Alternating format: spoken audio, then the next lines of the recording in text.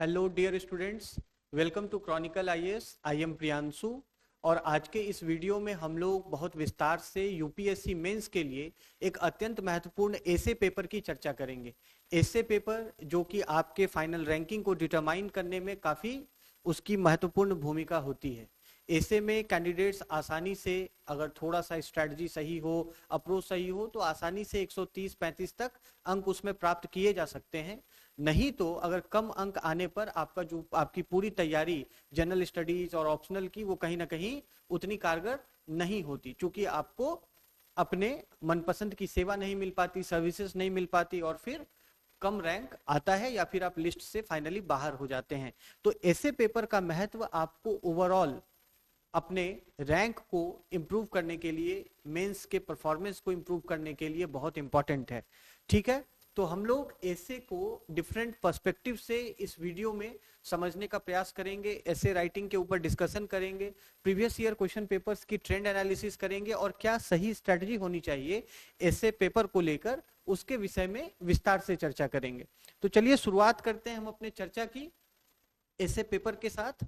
और ऐसे पेपर का स्ट्रक्चर क्या है? ऐसे पेपर का यदि आप स्ट्रक्चर देखें तो यूपीएससी के एग्जामिनेशन में ऐसे पेपर आपके मेन एग्जामिनेशन का पहला पेपर है। It is the first paper of your main examination. First paper followed by paper 1 to paper 2 to paper 5, that is general studies. General studies के 4 पेपर होते हैं, 1 to 4, and ultimately you have paper 6 and 7। Paper 6 and 7 जो कि आपके optional subject के papers होते हैं। So there are total 7 papers in the main exam, other than 2 qualifying language papers. लेकिन उनके मार्क्स फाइनल लिस्ट में ऐड नहीं होते। तो आपका मार्क्स किसका ऐड होता है? जीएस 1 to 4 का और ऑप्शनल पेपर का मार्क्स ऐड होता है। एंड फाइनली एसे का मार्क्स इन सबके साथ ऐड होता है। So paper 1 plus paper 2 to 5, then paper 6 and 7, that is essay, GS 1 to 4 and optional. So essay is the first paper in the UPSC main examination, written examination. It carries 250 marks, as we know. It carries 250 marks and you have to write 2 essays. You have to write 2 essays. 2 essays of 1000 to 1200 words. 1000 से लेकर 1200 शब्दों में आपको 2 ऐसे लिखने होते हैं। Paper का 2 सेक्शन होता है। The paper comprises of 2 sections, section A and section B. Section A and section B, each of equal marks, 125 marks each, and the total marks is 250। अच्छा, 2013 तक क्या था कि till 2013 there was single essay. Okay, एक essay. 2013 का यदि आप paper देखें तो एक एसे आपको लिखना होता था। ठीक है, 2000 से 2500 शब्दों में। So it was too lengthy a paper and it was brought down to 2 essays of 1000 to 1200 words, each carrying equal marks. So this is how the paper is. ठीक है। अच्छा, अब एसे में हम पहले बात कर लें कि एसे क्या है और एसे को हम किस तरीके से लिखते हैं। फिर हम ये बात करेंगे कि एसे में यूपीएससी का एक्सपेक्टेशंस आपसे क्या है। So we will combine these two discussions. The first thing is, what is essay writing? The most important thing कि निबंध लेखन क्या है ना। What is essay? देखिए, in literature you have various types of literary writings. साहित्य में क्या होता है? कई प्रकार की लेखन शैलियां होती हैं, जैसे कि चिट्ठी लिखे जाते हैं, नोटिस लिखे जाते हैं, प्रेसी राइटिंग होती है, पोएम होते हैं, शॉर्ट स्टोरी होती है, एप्लीकेशंस होते हैं। So these are different forms of literary. So these are different literary forms. ये भिन्न प्रकार की साहित्यिक विधाएं हैं, साहित्यिक स्वरूप है। Okay, so essay writing is also one particular literary form. Essay writing भी एक प्रकार का यह साहित्यिक विधा है जिसमें कि आपकी लेखन शैली, चिंतन शैली, आपकी तर्क शैली, हर चीज का बहुत व्यापक परीक्षण होता है। So what is essay writing? Essay writing, it is a piece of literally, it is a piece of literary form. It is a piece of literary form. किस प्रकार का पीस है? छोटा है? क्या एक चिट्ठी की तरह होता है? पत्र हालांकि बड़ा भी हो सकता है। क्या सूचना की तरह होता है? नहीं। So it is descriptive and lengthy. So essay is a type of literary form which is descriptive, जो कि वर्णनात्मक होता है, डिस्क्रिप्टिव होता है, descriptive and lengthy. Most of the time it is lengthy, like 700 words, 1000 words, 2000 words, okay, और more then that. Fine. अच्छा, ऐसे में आप देखें कि हम किसे ऐसे कहते हैं, व्हाट डिफरेंशिएट्स बिटवीन ऐसे and any other form of descriptive writing, lengthy writing. ऐसे में और एक कहानी में क्या अंतर हो सकता है, या फिर ऐसे में या फिर और किसी लिटरेरी पीस ऑफ राइटअप में क्या अंतर हो सकता है. Now see that there is something very important when you talk about essay writing, that is flow of content. That is flow of content. Hindi में इसे हम निबंध कहते हैं. निबंध यानी कि वह बंधा हुआ ना हो, प्रवाह हो. क्या हो? प्रवाह हो. So flow of content, Hindi में हम इसे कहते हैं निबंध, यानी जो सतत प्रवाहशील कंटेंट हो. दैट इज कंटिन्यूअसली फ्लोइंग, सतत प्रवाह में होना चाहिए. There should be no any abruption, कोई एब्रप्शन नहीं होनी चाहिए आपके आइडियाज के फ्लो में. So this is a piece of literary writing which has a constant thought process, which has a constant flowing thought process in with respect to the topic of the essay. So you must have, आपको जो ऐसे topic है, जो निबंध का विषय है, उस पर एक लगातार अपने विचारों को एक प्रवाह की तरफ प्रस्तुत करना है. और उसका क्या अर्थ होता है? एक सतत प्रवाह की तरह अपने विचारों को प्रस्तुत करना. इन दैट उसका अर्थ ये होता है कि आपके जो वाक्य हैं, आपके वाक्य वो एक दूसरे से जुड़े होने चाहिए. मतलब एक वाक्य के बाद जो आप दूसरा वाक्य लिख रहे हैं उनमें अंतर संबंध होना चाहिए, बातें जुड़ी हुई होनी चाहिए. ऐसा नहीं कि एक वाक्य में आपने कुछ और कहा और उसके अगले वाक्य में हठात ही now you started something else. So that is not an essay. The most essential feature of an essay is flow. If there is no flow, it is not essay. इस चीज को ध्यान में रखिएगा. अगर प्रवाह नहीं है, फ्लो नहीं है, तो वो निबंध नहीं है. निबंध को लेकर कई कुधारणाएं हैं. There are various myths and misconceptions in the minds of candidates, but you have to understand that it is very simple to fetch very high marks in this particular paper. बहुत आसान है इसमें बहुत अच्छे स्कोर लाना, और आपको उसमें जो इसका एसेंशियल कैरेक्टर है, जो एसेंस है, उसको ध्यान में रखना है. सबसे पहले क्या कि ये एक लिटरेरी फॉर्म है, डिस्क्रिप्टिव है, लेंदी तो ऑब्वियसली होता ही है. सो you must have adequate content. You must have adequate content over whatever piece of topic you are choosing. हम इन चीजों की क्यों बात कर रहे हैं? क्योंकि ये ऐसे राइटिंग के डिस्कशन में बहुत क्रूशियल है. यहीं से सभी चीजें निकलेंगी, इसीलिए इसको समझना जरूरी है. अच्छा, फ्लो ऑफ कंटेंट की हम बात करें तो वाक्य और वाक्य का एक दूसरे से जुड़ाव होना चाहिए. सब एक दूसरे से जुड़े होने चाहिए, एक लॉजिकल सीक्वेंस में होने चाहिए. Okay, so this should be in a logical sequence. There should be no sudden disruption. There should be no sudden disruption in your thought process. There should be no sudden disruption in your thought process. Okay, now the next thing is the paragraphs. They should be also interconnected with each other in the likewise manner. So there should not be any disruption in paragraph all of a sudden, कि आपने बात की और फिर तुरंत कोई और बात करने लगे. उसमें एक लॉजिकल फॉलोअप होना चाहिए, एक उसका सीक्वेंस होना चाहिए, है ना, इन अ रैशनल मैनर. तो हम उन सभी चीजों को उदाहरणों के माध्यम से, विभिन्न पीवाईक्यूज को देखते हुए विस्तार से चर्चा करेंगे. तो ऐसे क्या है? Piece of literary form which has a constantly flowing thoughts, that is descriptive in nature. ठीक है, ये ऐसे हो गया कि ऐसे क्या है.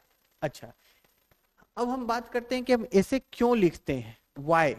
Now comes the important question, why. Why do we write an essay? Why do we write an essay? हम कोई निबंध लिखते ही क्यों हैं? निबंध क्यों लिखते हैं? किसी एक पर्टिकुलर टॉपिक के इन डेप्थ एनालिसिस के लिए, है ना, for in depth analysis of a particular topic, है ना. इसीलिए हम उसको इलेबोरेट करते हैं। इन डेप्थ एनालिसिस के लिए आपको क्या करना पड़ेगा, उस विषय को इलेबोरेट करना पड़ेगा, उसको विस्तार देना पड़ेगा। ध्यान दीजिएगा, जब तक आप ऐसे में अपने विषय को आयाम, बहुत कई सारे आयामों में ले जाकर इलेबोरेट नहीं करेंगे, तब तक आप उसको कभी एनालाइज नहीं कर पाएंगे। तो एनालिसिस के लिए इलेबोरेशन आवश्यक है, डिस्क्रिप्शन आवश्यक है। Okay, so why do we write? We write for in depth analysis, and that is why we elaborate or we provide a description of the topic for in-depth analysis of the subject। अच्छा, और हम किस लिए ऐसे लिखते हैं? अपने विचार को कंक्रीट वे में और कंसाइज वे में प्रेजेंट करने के लिए। We as human beings we have multiple ideas in our mind, है ना। हमारे दिमाग में कई प्रकार के विचार होते हैं। कुछ विचार से संबंधित जो कंटेंट है वो हमारे पास कम होता है, और कुछ विचारों से संबंधित कंटेंट हमारे पास बहुत ज्यादा होता है। तो वैसे विचारों को एक प्रॉपर वे में एक्सप्रेस करने के लिए, एक फॉर्मुलेटेड तरीके से, एक फ्रेमवर्क में, एक ढांचे में, एक स्ट्रक्चर में कन्वे करने के लिए हम ऐसे को लिखते हैं। किस लिए लिखते हैं? To convey our ideas, to convey our ideas over a topic, to convey our ideas over a topic, to convey our ideas over a topic। Okay, so in a concrete logical structured framework, concrete logical and structured framework, हम इसलिए ऐसे लिखते हैं। मान लीजिए किसी विषय पर गंभीर वार्ता होनी है, तो निबंधकार क्या करते हैं? अपने अपने निबंध लिखते हैं। आपने देखा होगा कि पास्ट में भी कई थिंकर्स, कई एसेइस्ट होते थे, निबंधकार हर भाषा में होते थे। तो सामाजिक विषयों पर, नैतिक विषयों पर, दार्शनिक विषयों पर निबंध लिखते थे। किस लिए लिखते थे? ताकि उनके विचार एक कॉन्क्रीट तरीके से लोगों के सामने एक्सप्रेस हो सके, लॉजिकल तरीके से, तार्किक तरीके से, और एक स्ट्रक्चर्ड फ्रेमवर्क में, है ना। अब कोई अगर आपके विचार को जानना चाहता हो तो कैसे जानेगा? या तो आप उसको बताएंगे, या तो आप उसको लिख के देंगे। तो लिख के देंगे तो किस तरीके से? हैफेजर्ड वे में, रैंडम वे में नहीं, एक स्ट्रक्चर तरीके से देंगे। ठीक है, so to convey our ideas over a topic in this manner. Now why do we write an essay? We write an essay to initiate a debate or in response to a debate. To initiate a debate, we write an essay to initiate a debate or in response to a debate, in response to a debate। See, इन चीजों को आपको समझना यहाँ पर जरूरी है। आगे इनकी क्या महत्वपूर्ण भूमिका होगी ऐसे को लिखने में, आपको यहीं से समझ में आ जाएगा। तो किसी चीज के ऊपर अगर डिबेट है, मान लीजिए कि अभी सोशल मीडिया एडिक्शन या डिजिटल टेक्नोलॉजी का एडिक्शन एक डिबेट है, तो इस डिबेट के दोनों पक्ष हो सकते हैं। तो इसको सबसे पहले या तो हम कोई नई चर्चा शुरू करते हैं ऐसे के माध्यम से, या फिर किसी हो रही चर्चा के संदर्भ में अपना रिस्पॉन्स सबमिट करते हैं। That is why we write an essay. अच्छा, तो एसे में अप्रोच हमारा क्या होना चाहिए? डिबेट का किस साइड हमें पकड़ना चाहिए? ये अपने आप में एक लॉजिकल बात है। हमें डिबेट का दोनों साइड पकड़ना चाहिए। हमें ध्यान देना चाहिए कि डिबेट के जो कई पक्ष हैं उसको हम संतुलित करके कैसे चल सकते हैं। So that would be a comprehensive and holistic essay in itself। So to initiate a debate or in response to a debate, and that is why to provide a balanced approach to the debate, है ना। और हमारा उद्देश्य इसमें क्या होना चाहिए? अगर हम कोई डिबेट इनिशिएट कर रहे हैं तो संतुलित तरीके से अपनी बात को उस पर रखेंगे, अपना पक्ष रखेंगे। या दूसरी चीज कि किसी डिबेट को लेकर हम अपनी प्रतिक्रिया दे रहे हैं, तो हमारा उद्देश्य ऐसे में हमेशा संतुलित होना चाहिए। सो बैलेंस्ड अप्रोच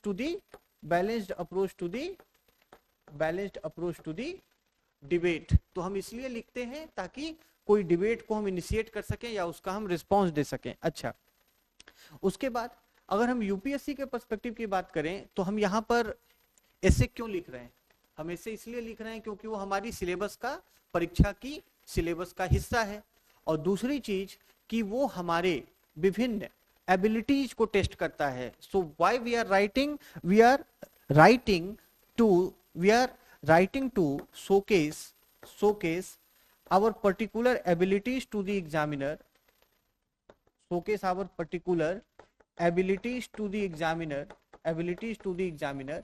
जो वो हमसे एक्सपेक्ट करता है। Okay, the examiner is expecting certain character और certain ability from you।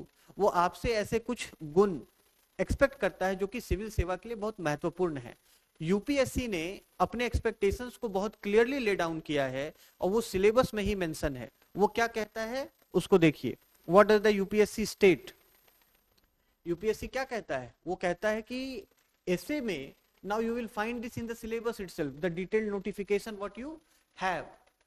क्या कहता है, candidates may be required to write essays on multiple topics, so the topics will be multiple, it will not be limited only to issues of polity, governance, or that is mentioned in the general studies. So it is saying on multiple topic, on diverse topic, and multiple topic का मतलब ये भी हुआ कि केवल एक topic नहीं, कई टॉपिक पर आपसे लिखने कहा जा सकता है। तो अभी वो वर्तमान में आपसे 2 टॉपिक पे लिखने कह रहा है, सेक्शन ए में 4, सेक्शन बी में 4, और इनमें से आपको 4 में से एक का चुनाव करके दोनों सेक्शन में से लिखना होता है। तो कुल 2 टॉपिक हो सकता है, वो आगे भविष्य में 3 टॉपिक पे लिखने कहे, 4 टॉपिक पे लिखने कहे। ओके, तो मल्टीपल टॉपिक का यही अर्थ है कि the diversity of topic and the number of topic will be more than 1। Now they will be expected. Now what is the expectation of the UPSC? Don't pay heed to anyone. मैं जो कह रहा हूं उसको भी मत मानो, पर जो यूपीएससी कह रहा है उसको मानो। कोई कुछ कह दे निबंध के संबंध में, अगर आप उसको समझने के लिए तैयार नहीं है कोई बात नहीं, परंतु जो यूपीएससी कहना चाह रहा है वो तो आपको समझना ही होगा, क्योंकि वही उसकी एक्सपेक्टेशन है। और जब आप एग्जामिनर की एक्सपेक्टेशन को मीट करते हैं तो स्वाभाविक रूप से वो आपको अच्छे अंकों के साथ रिवार्ड करता है। So they will be expected to keep closely to the subject of the essay. Means you have to stick to the topic of the essay. You have to keep closely to the subject of the essay. निबंध के विषय से भटकना नहीं है। UPSC कह रहा है कि हम आपसे अपेक्षा करते हैं कि आप निबंध के विषय से क्लोजली जुड़े हुए रहेंगे। So the expectation is to be close to the subject of the essay while writing. Any deviation from the essay topic is very damaging when you are writing an essay. Any deviation, किसी प्रकार का भटकाव निबंध की topic से, that is not permissible, और उसके लिए आपको severely penalize किया जाएगा, आपको कम मार्क्स के रूप में। Okay, so you will see that if you keep sticking to the essay topic you will get high marks। और अगर आप निबंध में कोई भटकाव रखते हैं उसके टॉपिक से, तो फिर आपके अच्छे अंक आने की संभावना कम हो जाती है। Okay, so the first expectation they have very clearly laid it down. आप इसको अपने दिमाग में बैठा लीजिए। You have to keep closely to the subject of the essay. Now arrange your ideas in an orderly fashion. Now your ideas must be arranged in an orderly fashion.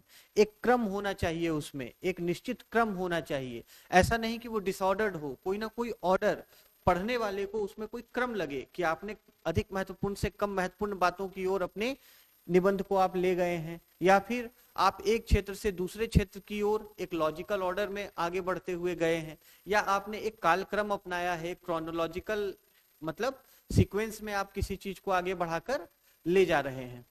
तो ये बात हो गई। So you have to arrange your ideas in an orderly fashion. You will fetch good marks if your essay is ordered.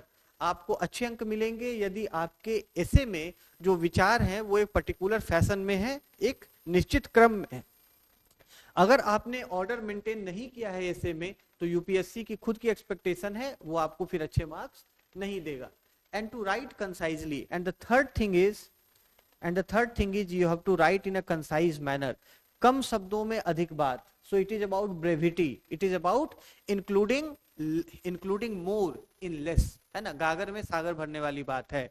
तो चूंकि शब्द सीमा है और अधिक से अधिक बात को कहना है, बहुत एक एक्सटेंसिव राइटिंग होता है ऐसे, तो उसमें आपको अधिक से अधिक बात को कहनी है, इसलिए आपको कम शब्दों में अधिक कहने की क्षमता होनी चाहिए, जो एक सिविल सर्वेंट के भी गुण है। सिविल सर्वेंट को भी आप चाहे अपने आधिकारिक दायित्वों की पूर्ति करें, ऑफिशियल ड्यूटी को आप फुलफिल करें, तो आपको किसी भी विषय से ही जुड़ के रहना है। ऐसा तो है नहीं कि आपसे फाइल पर कोई सुझाव मांगा जाएगा और आप किसी अन्य विषय पे सुझाव देने लगेंगे या भटक जाएंगे।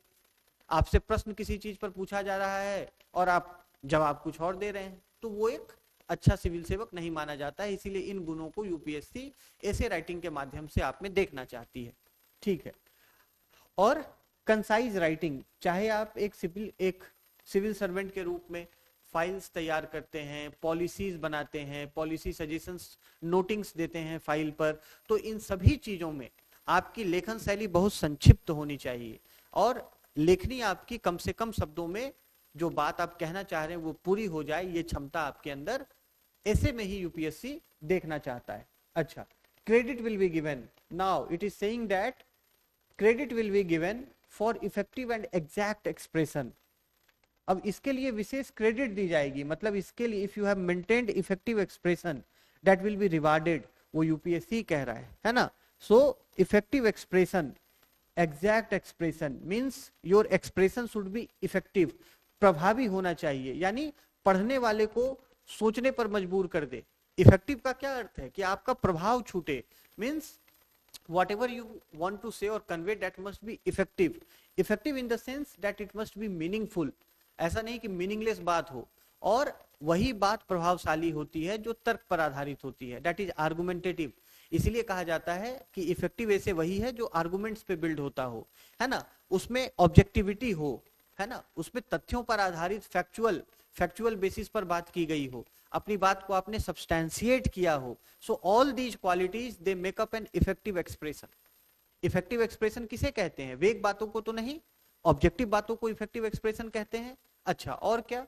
सो as I told you a number of things about effective expression. Now it is saying that the expression should be exact, मतलब आप जो कहना चाह रहे हो वो बहुत क्लियर होना चाहिए, बहुत स्पष्ट होना चाहिए, आपकी अभिव्यक्ति, आपका एक्सप्रेशन एग्जैक्ट होना चाहिए, means what you mean to say must be conveyed by what you are actually saying. आप जो कहना चाह रहे हैं और आप जो लिख रहे हैं वो आपकी बात पूर्णतः कन्वे करता हो, so that is exact expression. Now this thing is with respect to the expectation of UPSC.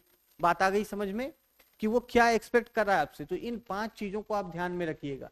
पहला चीज क्या है? स्टिकिंग टू द टॉपिक, है ना, so hold on to the topic, so you know focus on the topic, topic को ही आपको focus करना है और टॉपिक से ही आपको जुड़कर आगे चलना है। दूसरी चीज की ऑर्डर होना चाहिए, ऑर्डर होना चाहिए, कंसाइजनेस होनी चाहिए, आपके राइटिंग, आपका राइटिंग कंसाइज होना चाहिए, इफेक्टिव होना चाहिए और एग्जैक्ट होना चाहिए, और एग्जैक्ट होना चाहिए। So we can write TOCEE. So 5 things we have identified here, and you can, as the new generation has a fad of mnemonics, as the new generation they are more, you know, more interested in abbreviating things. So you can take a note of this, that is TOCEE. That would be the key of your essay writing. TOCEE, topic of the essay, order in the essay, C for conciseness in the essay, E for effectiveness in the essay, and the last E would be exactness in the essay. So this TOCEE must be the key to good marks in answer writing. Note it down, keep in your mind, and stick it wherever you are practicing. Okay, now this was the expectation of UPSC.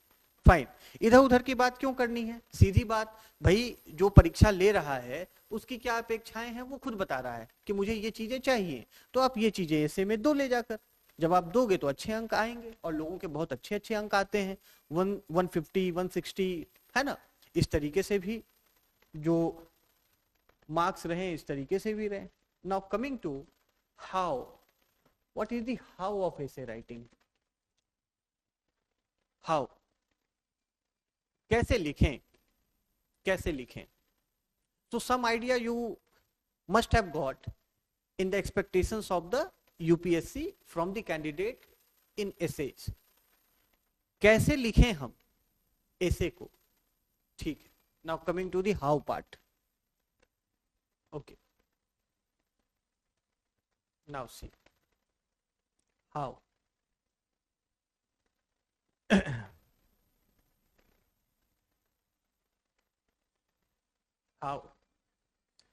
How to write an essay, how to write an essay, how to write an essay, निबंध कैसे लिखें, है ना, how to write an essay।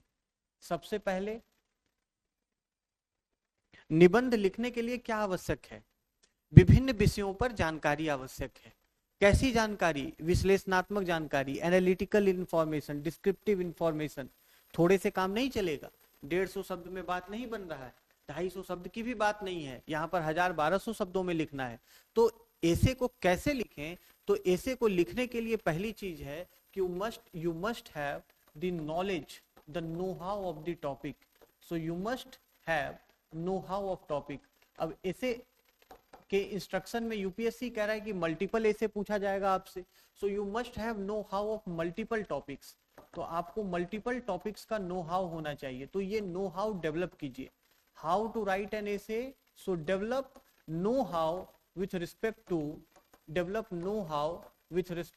multiple important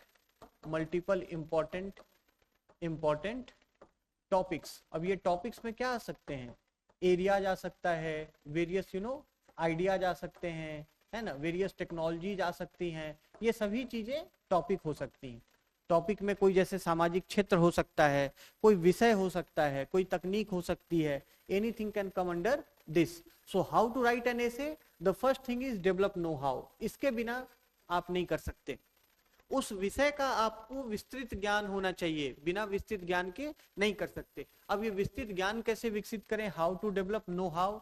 so read first of all, cover your syllabus properly, cover your UPSC syllabus comprehensively. कोई topic छोड़िए मत। Cover your UPSC syllabus comprehensively, comprehensive तरीके से उसको कवर कीजिए।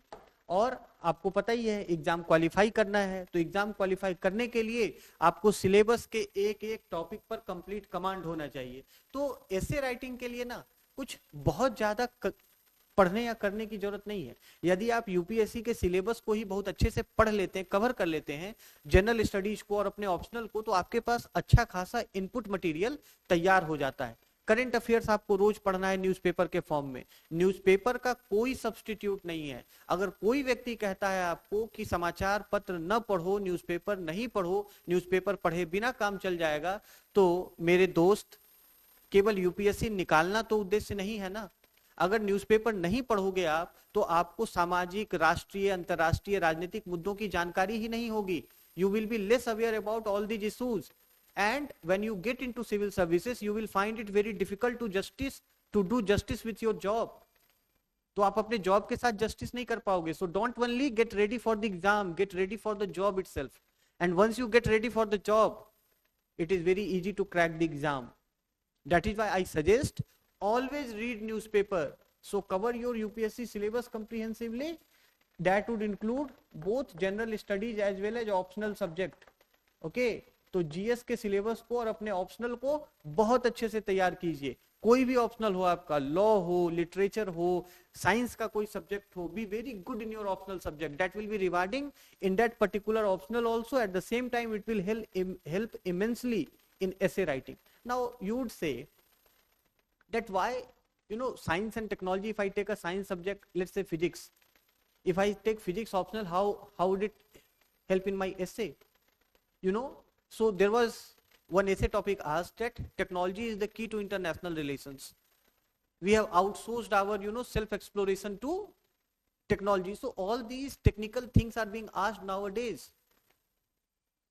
okay, and nowadays we are taking much leap in physics also, in quantum computing, in machine learning, all these things that are intersectional areas of physics and computing and mathematics।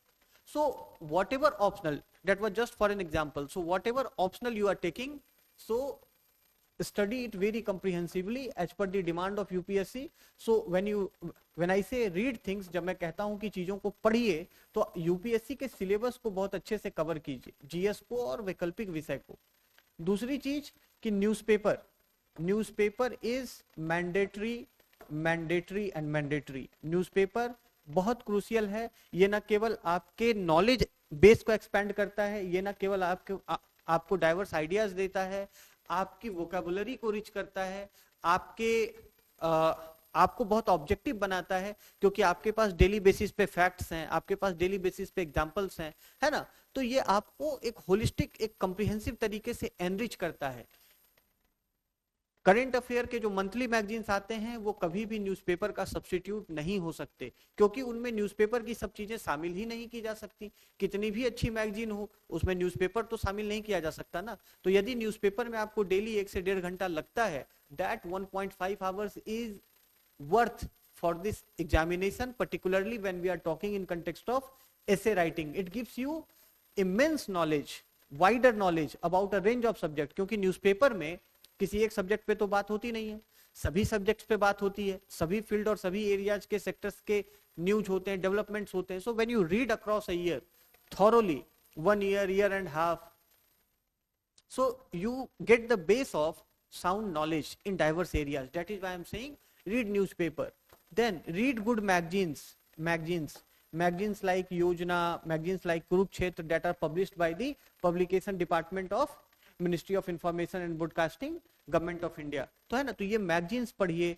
अच्छा, इसके बाद UPSC के syllabus से बाहर जाते हुए कुछ important books हैं, अच्छे किताब हैं. Read those important books also, or if you have the hobby of book reading, then it will help you immensely. जिन लोगों की हॉबी बुक रीडिंग होती है तो ऐसे में उनको एक ऑटोमेटिक एज होता है. क्यों? क्योंकि ऑब्वियसली उनकी वोकैबुलरी अच्छी होगी, उनके आइडियाज का प्रेजेंटेशन कंसाइज और शार्प होगा, है ना, ऑर्डरली होगा. तो reading it practises and trains your mind to produce or express the content in a logical manner. Reading it trains your mind. ऐसा नहीं आप पढ़ रहे हैं तो वो कोई एक पैसिव प्रोसेस है. It is at the same time training your mind how to write. So as much you read, as much you are making yourself capable to write essays. Okay? So read some important books. कुछ महत्वपूर्ण किताब, महत्वपूर्ण लेखकों के अच्छे किताब पढ़िए, तो उससे आपको जो आपका नॉलेज बेस है वो बढ़ेगा. So this was about know how. अच्छा, दूसरी चीज क्या है कि how to write an essay. So first thing is you have to get a know how. The second thing is that you must develop language skills. है ना. What is required to write essay? You require language skills. So you must develop command over the language in which you are writing the paper. अगर English में लिख रहे हैं तो English अच्छी होनी चाहिए. बहुत एकदम लेखक के तरीके का जरूरी नहीं है. ये एक मिथ है कि बहुत अच्छी इंग्लिश होनी चाहिए. नहीं, अगर आपकी इंग्लिश साधारण है, अगर आपकी इंग्लिश जो एक स्टैंडर्ड इंग्लिश यूज की जाती है आम मतलब कि कम्युनिकेशन में, अगर आपकी भाषा वैसी है तो ठीक है, आपका काम चल जाएगा. क्योंकि लैंग्वेज स्किल्स की जब हम बात करते हैं तो ये एक बहुत बड़ा मिथ है यूपीएससी ऐसे राइटिंग में कि you have to use complex words, you have to use ornamental words, you know, high words to impress the examiner. बिल्कुल नहीं, ये गलती कभी नहीं करना है. ऐसे राइटिंग में कभी भी डेकोरेटिव वर्ड्स, बहुत हाई वर्ड्स, भारी भरकम शब्दों का इस्तेमाल नहीं करना है. सरल से सरलतम शब्दों का उपयोग करना है ऐसे राइटिंग में. The easiest word you can use that would keep the essay simple. वो आपके एसे को सरल बनाएगा, आपकी अभिव्यक्ति को सरल बनाएगा, पढ़ने वाले को समझ में आसानी से आपकी बात आ जाएगी. और जो चीज जितनी आसानी से समझ में आ जाती है वो उतना अच्छा छाप छोड़ती है, उतना अच्छा इंप्रेशन डालती है पढ़ने वाले पर. अब आप ऐसे सोचो कि आपने कोई चीज लिखी और पढ़ने वाले को समझने में ही कठिनाई आ रही है, तो क्या वो इंप्रेशन छोड़ेगा? आपने लिखा इंप्रेस करने के लिए. Okay, so don't impress the examiner, give what it takes to make him or her understand in the best way possible. So develop command over the language, write in the simplest way possible, use simple words, use simple sentences, short paragraphs, है ना, simple words, simple sentences, short paragraphs. जब मैं simple sentences की बात करता हूं तो मेरा कहना है कि दो लाइन से ज्यादा का एक सेंटेंस नहीं होना चाहिए. 2 line maximum 3 line. Okay, so simple sentences means maximum 2 to 3 lines, इससे ज्यादा नहीं. शॉर्ट पैराग्राफ का मतलब हुआ कि 6 से 7 लाइन से ज्यादा का पैराग्राफ नहीं होना चाहिए. ऐसा नहीं कि लिखते जा रहे हैं, है ना, तो 6-7 मैक्सिमम 8, इससे ज्यादा का पैराग्राफ नहीं होना चाहिए. 15-15, 20-20 सेंटेंसेस, 20-20 लाइंस के पैराग्राफ स्टूडेंट्स लिख देते हैं. तो आपको इस चीज को ध्यान रखना है. अच्छा, लैंग्वेज स्किल्स की हमने बात की, कमांड की बात की, यानी कि आपकी अच्छी वोकैबुलरी होनी चाहिए। अब इसको कंफ्यूज मत कीजिएगा, सिंपल अच्छी वोकैबुलरी का मतलब ये नहीं है कि आप कॉम्प्लेक्स वर्ड्स को का इस्तेमाल करने लगे। अच्छी वोकैबुलरी का मतलब है कि आपको स्पेसिफिक वर्ड्स पता होने चाहिए, किस चीज के लिए क्या वर्ड का इस्तेमाल किया जाता है, प्रिसाइज टर्मिनोलॉजी आपको पता होनी चाहिए, that is good vocabulary. okay, that is good vocabulary. Of course if you learn more and more words that leads to advanced vocabulary, but वो यूपीएससी के लिए रिक्वायर्ड नहीं है। ये लैंग्वेज मिथ्स दिमाग से निकाल दीजिए कि यूपीएससी के लिए बहुत एडवांस्ड वोकेबुलरी की जरूरत है, ऐसा बिल्कुल नहीं है। ठीक है। अच्छा, दूसरी चीज है लैंग्वेज पे जब मैं कमांड की बात करता हूं तो ग्रामर स्किल्स, है ना, ग्रामर स्किल्स प्रॉपर होने चाहिए। मतलब ग्रामेटिकल एरर्स अलाउड नहीं है, थोड़ा बहुत तो चलता है, पर repeated errors they leave a bad impression on the reader, the examiner in this particular context. So grammatical errors नहीं होने चाहिए, सेंटेंस फ्रेमिंग के एरर्स नहीं होने चाहिए, spelling mistake must be avoided, spelling mistakes, है ना, स्पेलिंग मिस्टेक्स नहीं करने हैं। हम सभी भाई ह्यूमन एरर है, थोड़ी बहुत गलतियां होती हैं, तो स्पेलिंग मिस्टेक थोड़ा बहुत चलता है, पर बहुत ज्यादा रिपीटेड मिस्टेक्स नहीं होने चाहिए, है ना, कि हर पेज में 3-4, हर पेज में 2-3 मिस्टेक है, एक पेज में कहीं एक आध हो गया तो ठीक है चलेगा, लेकिन हर पेज में 2-4-5 हर जगह हो, वो चीज एक सही इंप्रेशन नहीं डालती। Okay, so now language skill, if you have the knowledge, you have the language, what is else required? Mindset. The most important thing is mindset. How to write an effective essay? You must develop the right mindset. So as we discussed in the expectations of UPSC, what mindset should be there? A direct mindset to the topic. A direct mindset. इधर उधर की बात मत कीजिए, सीधा topic की बात कीजिए। इधर उधर की बात करने में अपना समय और अपने शब्द जाया मत कीजिए। Don't waste your time and words. Okay, so adopt a direct approach to the topic, so your mindset should be direct. दूसरी चीज है mindset should be logical and argumentative, तार्किक होना चाहिए, आर्गुमेंट्स पर आधारित होना चाहिए। What mindset you should display logical and argumentative mindset, logical and argumentative mindset, ठीक है, तार्किक।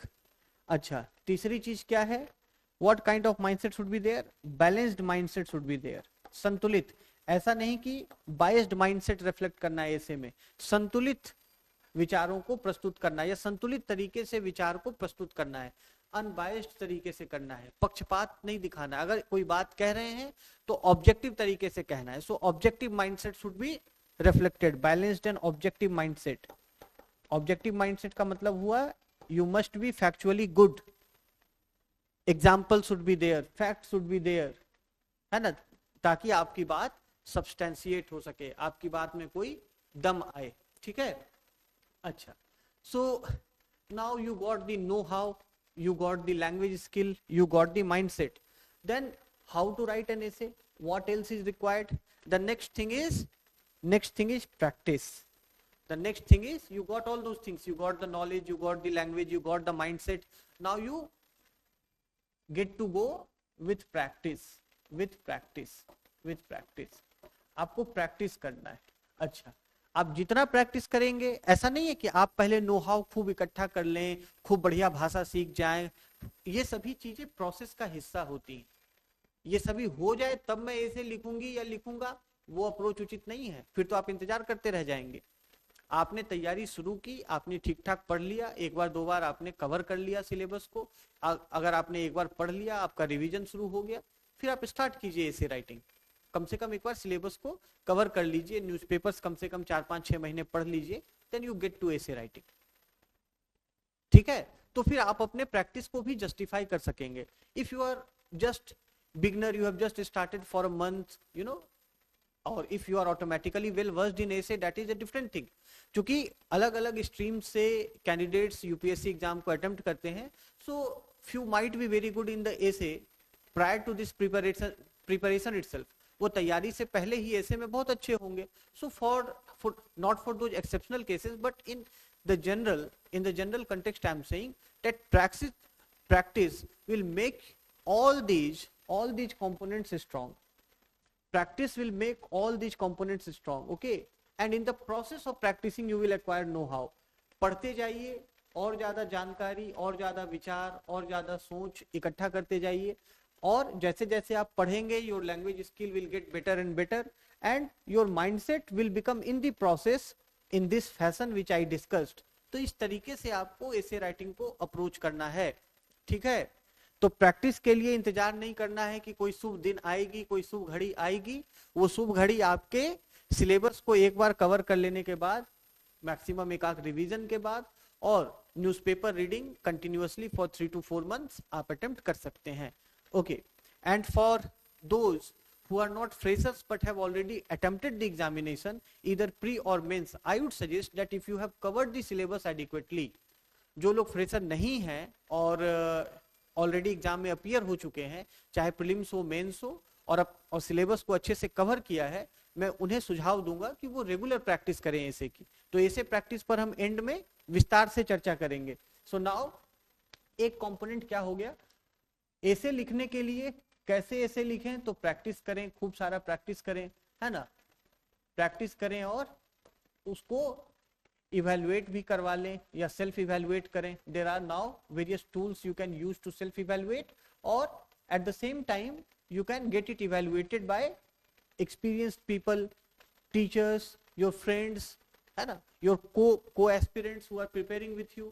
ठीक है, तो इस तरीके से आप उसको इवेल्युएट भी करवाएं. तो ये ऐसे कैसे लिखें, ये उसकी चर्चा थी, ठीक है? Now coming to, you see, and don't worry, we will have a detailed discussion about how to practice at the end of this discussion. So this discussion will be a 2-part discussion, okay? So in the next part we will deal at length how to practice an essay. Meanwhile we will go through other trend analysis and references to the previous year questions. तो यह 2 part में video बनेगा जो ऐसे के comprehensive discussion को लेकर, ऐसे राइटिंग के कम्प्रिहेंसिव डिस्कशन को लेकर है, और जो इसका दूसरा भाग होगा उसमें हम प्रैक्टिस के ऊपर विशेष रूप से व्यापक चर्चा करेंगे, वाइडर डिस्कशन करेंगे, ठीक है? चलिए आगे बढ़ते हैं और हम बात करते हैं ऐसे राइटिंग में स्ट्रक्चर की. Now we come to the core aspect of the essay writing which is structuring the essay. निबंध लेखन में हम इसे संरचना बोलते हैं.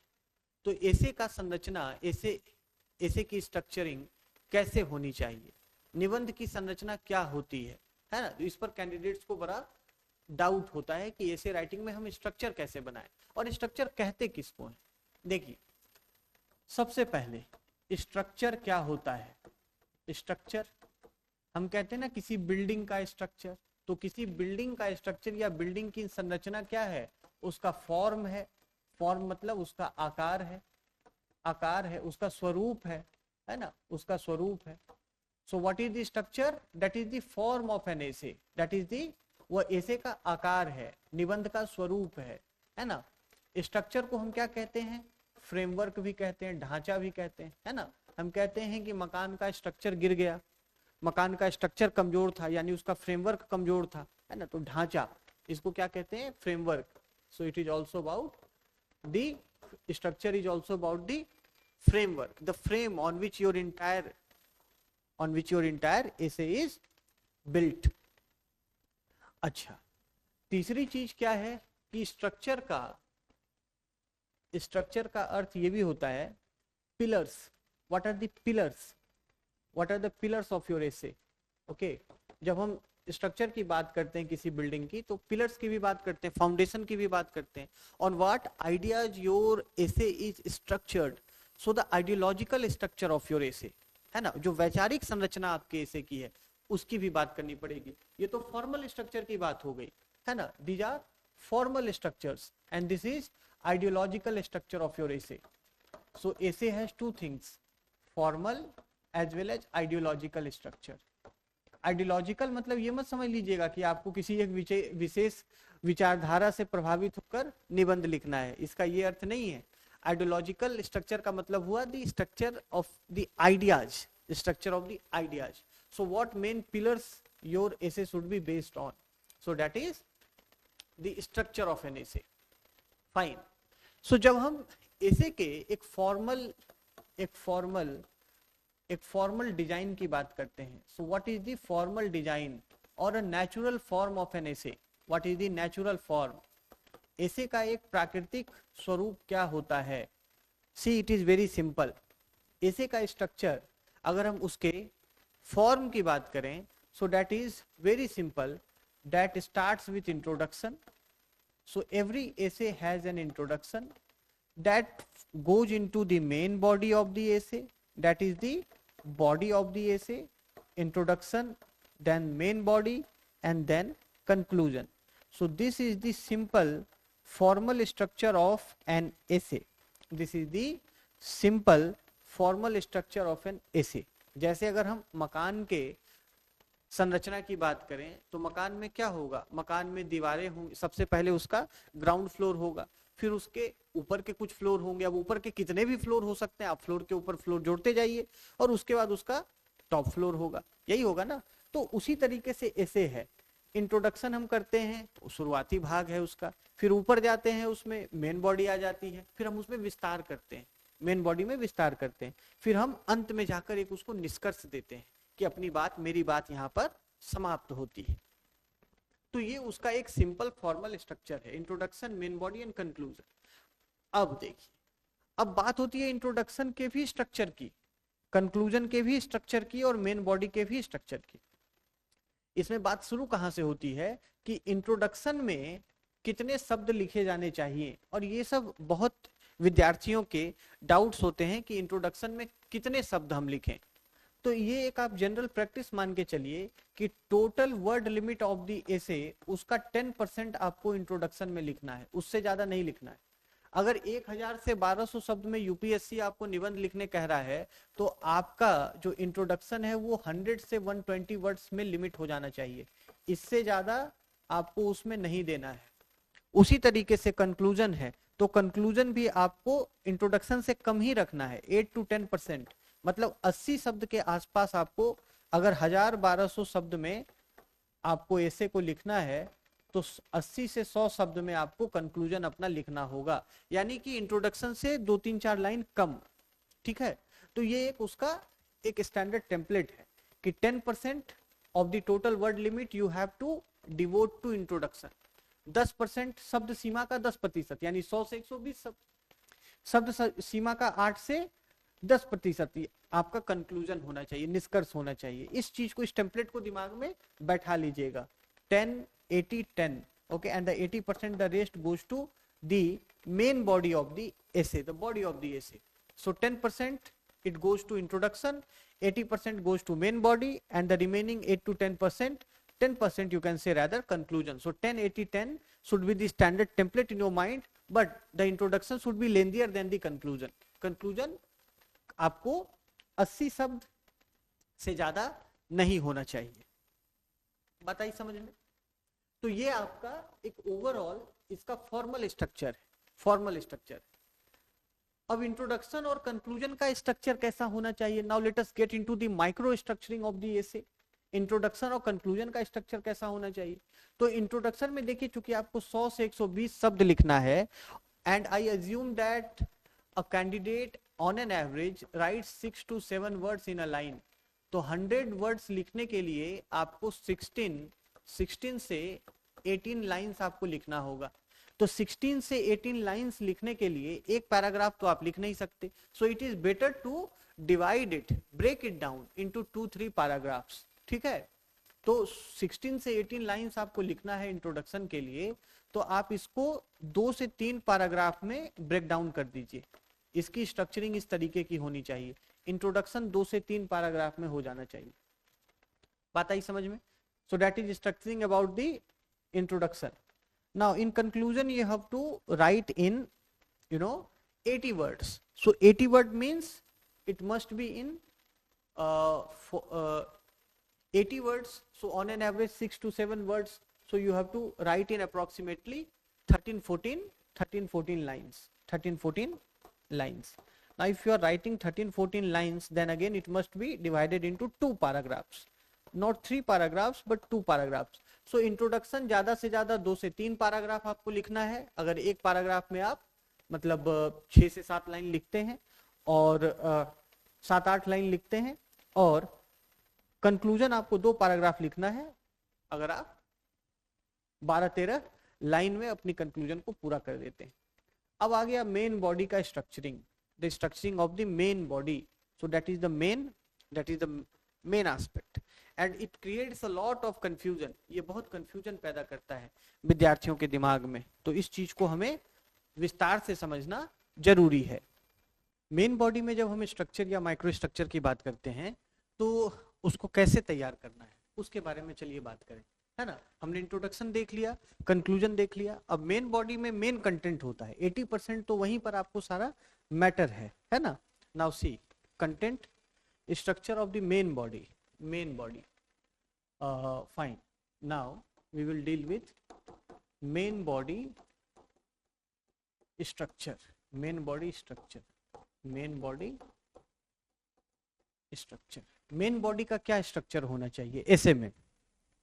तो सबसे इंपॉर्टेंट बात यह है कि आपको मेन बॉडी में अपने पूरे ऐसे को बिल्ड करना है, जिसमें आपको डिफरेंट डायमेंशंस को लेकर आना है, जिसमें आपको वो सभी चीजें डालनी है जिससे कि आपकी पूरी बात कंप्लीट हो जाती हो। तो मेन बॉडी का स्ट्रक्चर आप डिफरेंट तरीके से तैयार कर सकते हैं। जैसे सब हेडिंग, एक तो होता है कि आप केवल पैराग्राफ का इस्तेमाल करते हुए आगे बढ़ रहे हैं, है ना। पैराग्राफ का इस्तेमाल, बहुत लोग क्या करते हैं, ये अलग अलग तरीके का स्टाइल है स्ट्रक्चर का, कि इंट्रोडक्शन से शुरू किया और इंट्रोडक्शन से शुरू करके फिर सीधा पैराग्राफ बनाते हुए आगे बढ़ते गए और फिर कंक्लूड अपना जाके कर दिया। तो ये स्ट्रक्चर एक हो गया, ठीक है। दूसरा स्ट्रक्चर ये पैराग्राफ वाला स्ट्रक्चर हो गया, पैराग्राफ और ये श्रृंखला आपको आगे चलती गई। दूसरा स्ट्रक्चर है सब हेडिंग और पैराग्राफ का, सब हेडिंग्स एंड पैराग्राफ, जिसमें कि आप छोटे सब हेडिंग्स का इस्तेमाल करते हैं, आप ब्रॉडर सब हेडिंग्स का इस्तेमाल करते हैं और उसके अंतर्गत पैराग्राफ में अपनी बात को कहते जाते हैं। 7 लाइन 6 लाइन, मैंने जैसा आपको बताया पहले, मतलब 6 से 8 लाइन, उससे ज्यादा नहीं होना चाहिए। फ्रॉम 6 to 8 लाइन, मतलब 40-50 शब्द से ज्यादा एक पैराग्राफ के अंतर्गत नहीं आना चाहिए। और एक सब हेडिंग में आप मान के चलिए कि 3 पैराग्राफ ऑन एन एवरेज होने चाहिए। So I am talking about the micro structuring of the main body. Now let's say that we have introduced, introduction हमने लिख दिया, इंट्रोडक्शन लिख के फिर हमने सब हेडिंग बनाया, सब हेडिंग, ठीक है। ये देखिए स्ट्रक्चरिंग है इसे का। फिर एक सब हेडिंग बनाई, अपने पूरे मेन बॉडी को कई सब हेडिंग्स में ब्रेक कर दिया, है ना, ताकि एक सही उसका ट्रैक रहे कि हम उसमें क्या कंटेंट लिख रहे हैं। सो दीज आर वेरियस सब हेडिंग्स। दिस इज सब हेडिंग 1, दिस इज सब हेडिंग 2, दिस इज सब हेडिंग 3, सब heading 4. So you prepare a frame of subheadings to structure your essay, the main body. Okay. Now after introduction, subheading 1, subheading 2, subheading 3, subheading 4, and then ultimately going into the conclusion part. तो कितना subheading होना चाहिए? जैसे मैंने क्या कहा कि subheading में now we will break down the subheading, okay, microscope की तरह। अच्छा, अब इसमें अगर मैंने 3 पैराग्राफ लिखा है तो 3 पैराग्राफ में आपको हर पैराग्राफ में 6 to 8 लाइंस मैंने सजेस्ट किया। तो 6 to 8 लाइंस में मान के चलिए कि आप 40 वर्ड्स लिखते हैं, है ना, 40 to 50 वर्ड्स लिखते हैं। तो एक सब हेडिंग के अंतर्गत आपको 2 से 3 पैराग्राफ आने चाहिए, ऑन एन एवरेज 2 से 3 paragraph, 2 to 3 paragraph. So it means that you are writing around 100 words on an average. You are writing around 100-120 words. 40 to 50 words का अगर एक पैराग्राफ है और 2 से 3 पैराग्राफ आप बना रहे हैं each सब हेडिंग में, so you are writing on an average 100 words under each sub heading. Now introduction is about how much? Introduction is about 100 to 120 words. Okay. Conclusion is about 80 to 100 words. So 200 words are already spent. 200 words हमारे चले गए। तो अब हमारे पास बचा कितना, मान लीजिए 1000 शब्द से 1200 शब्द में लिखना है. On an average let me assume that you are writing 1100, so I am left with 900 words. So let us do it in a very logical manner. So in 2 to 3 paragraphs, I wrote on an average in under a particular subheading 100 words. So I have the space for 900 words. It means that I can accommodate 9 subheadings. I can accommodate 9 subheadings. तो मैं आपको यहाँ पर safely कह सकता हूँ कि आप कम से कम 7 से 9 सबहेडिंग का एवरेज लेके चलिए. If you are following this, अगर आप पैराग्राफ सीधा बनाकर बात कर रहे हैं, अगर आप केवल पैराग्राफ में बात कर रहे हैं, taking the first structure, so if one paragraph is of 40 to 50 words, let's say, so again we have 900 words. Fine. So according to this we can write about maximum 18 paragraphs, है ना. तो हम 18 paragraphs इस हिसाब से लिख सकते हैं, और 18 पैराग्राफ्स मान के चलिए 16 से 18 पैराग्राफ्स. तो ऐसे की जो मेन बॉडी की स्ट्रक्चरिंग है, या तो आप पैराग्राफ में लिख लीजिए या सब हेडिंग और पैराग्राफ में लिख लीजिए. अच्छा, तो इसमें आपको इंट्रोडक्शन के बाद 16 to 18 पैराग्राफ का स्कोप है, फिर आप कंक्लूड कर देंगे.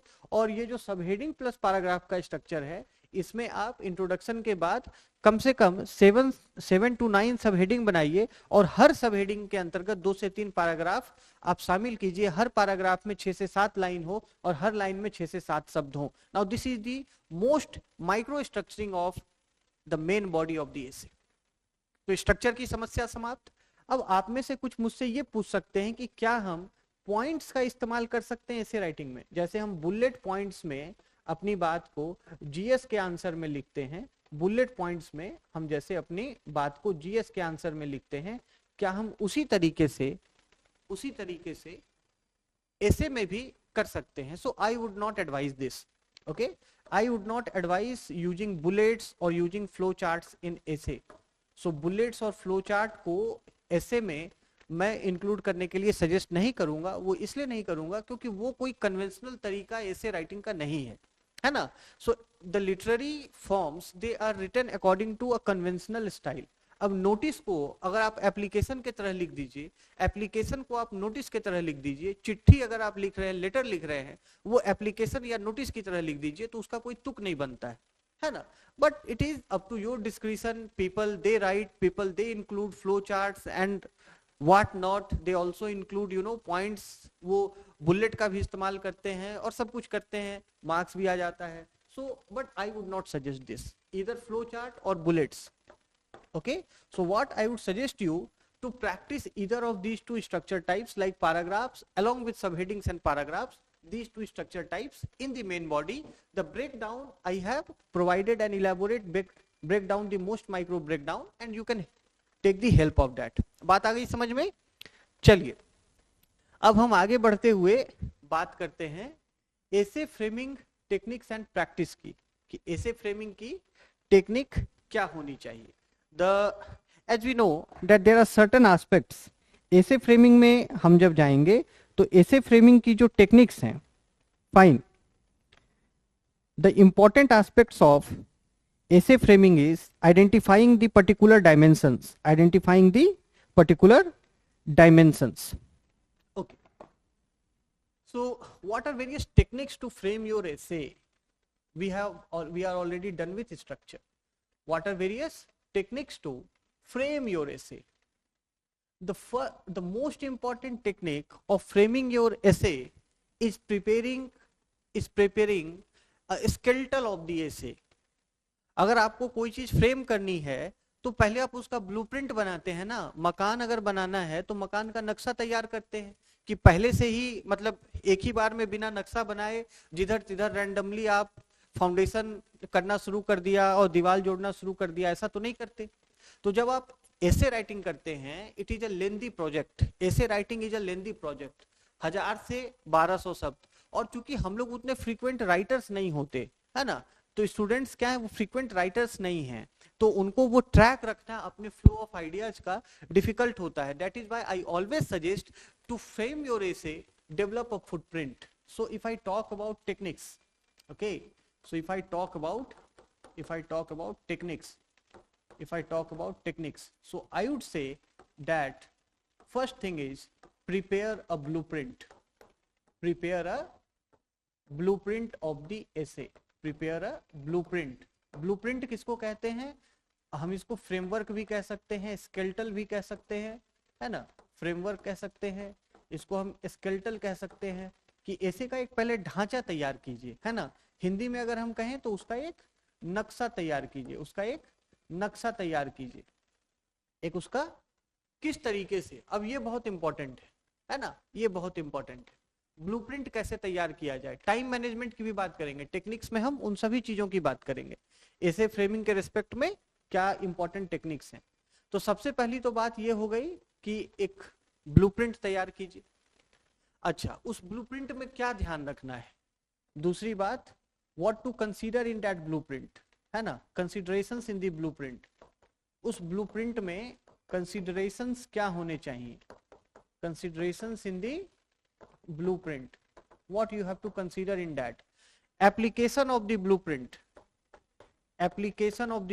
how you have to apply the blueprint in the actual essay you are writing within the limited time provided. Application of the blueprint, essay को किस तरीके से उसमें आपको blueprint को तैयार करना है, ठीक है। अच्छा, तो सबसे पहले तो टेक्निक नंबर 1 ब्लूप्रिंट की बात की जाएगी, है ना, उसके बाद हम दूसरी चीजों की बात करेंगे। फाइन, देखिए अब बात यहां पर आती है कि ब्लूप्रिंट को तैयार कैसे किया जाए। ऐसे लिखने के लिए आपको 3 घंटे का समय दिया जाता है ना। सो you have 180 minutes, that is 3 hours, यानी कि दोनों ऐसे लिखने के लिए आपके पास 1.5 घंटे का समय है ना, 1.5 आवर्स ईच, यानी कि 90 मिनट्स फॉर बोथ ऐसे, 90 मिनट। तो जब ब्लूप्रिंट तैयार करने की बात हो या स्केलेटन उसकी तैयार करने की बात हो तो हम उसमें कितना समय लगाएं। अच्छा, आप में से कुछ ये पूछ सकते हैं कि ब्लूप्रिंट होता क्या है, पहले तो हमें ये बताइए। ब्लूप्रिंट का अर्थ ये है कि हम एक रफ स्ट्रक्चर बना लेंगे कि हमें ऐसे में लिखना क्या है, ठीक है। जैसे मैं इंट्रोडक्शन की बात करूं, मान लीजिए कि कोई टॉपिक है वो फॉरेस्ट को लेकर आ गया, तो मुझे इंट्रोडक्शन में क्या लिखना है, क्या मेरे पास कोई रिपोर्ट है, मैं वहीं पर बस इंडिकेट कर दूंगा कि ये रिपोर्ट है XYZ, जो भी रिपोर्ट है, या कोई कोटेशन है मेरे पास, है ना, क्या मेरे पास किसी व्यक्ति का कोट है फॉरेस्ट को लेके, क्या मेरे पास कोई कल्चरल प्रैक्टिस है फॉरेस्ट को लेके जो कि उस टॉपिक से डायरेक्टली जुड़ता हो। कुछ भी लिखना है वो टॉपिक को जोड़ के ही लिखना है, टॉपिक से क्लोजली एसोसिएटेड रहना है, ये आपको यूपीएससी ने खुद ही कह दिया है। तो क्या मेरे पास कुछ भी ऐसा है जो मैं इंट्रोडक्शन में यहाँ पर लिखना चाहूंगा, मैं उसे इंडिकेट कर लूंगा। चलिए, तो इससे मेरा इंट्रोडक्शन बन गया। How I will build the introduction, क्या मैं कोई एनेक्डोट लिखूंगा, कोई रियल लाइफ उसमें बात बताऊंगा, कि सीधे डायरेक्ट अप्रोच से अपने ऐसे को शुरू करूंगा, ठीक है। तो ये बात हो गई।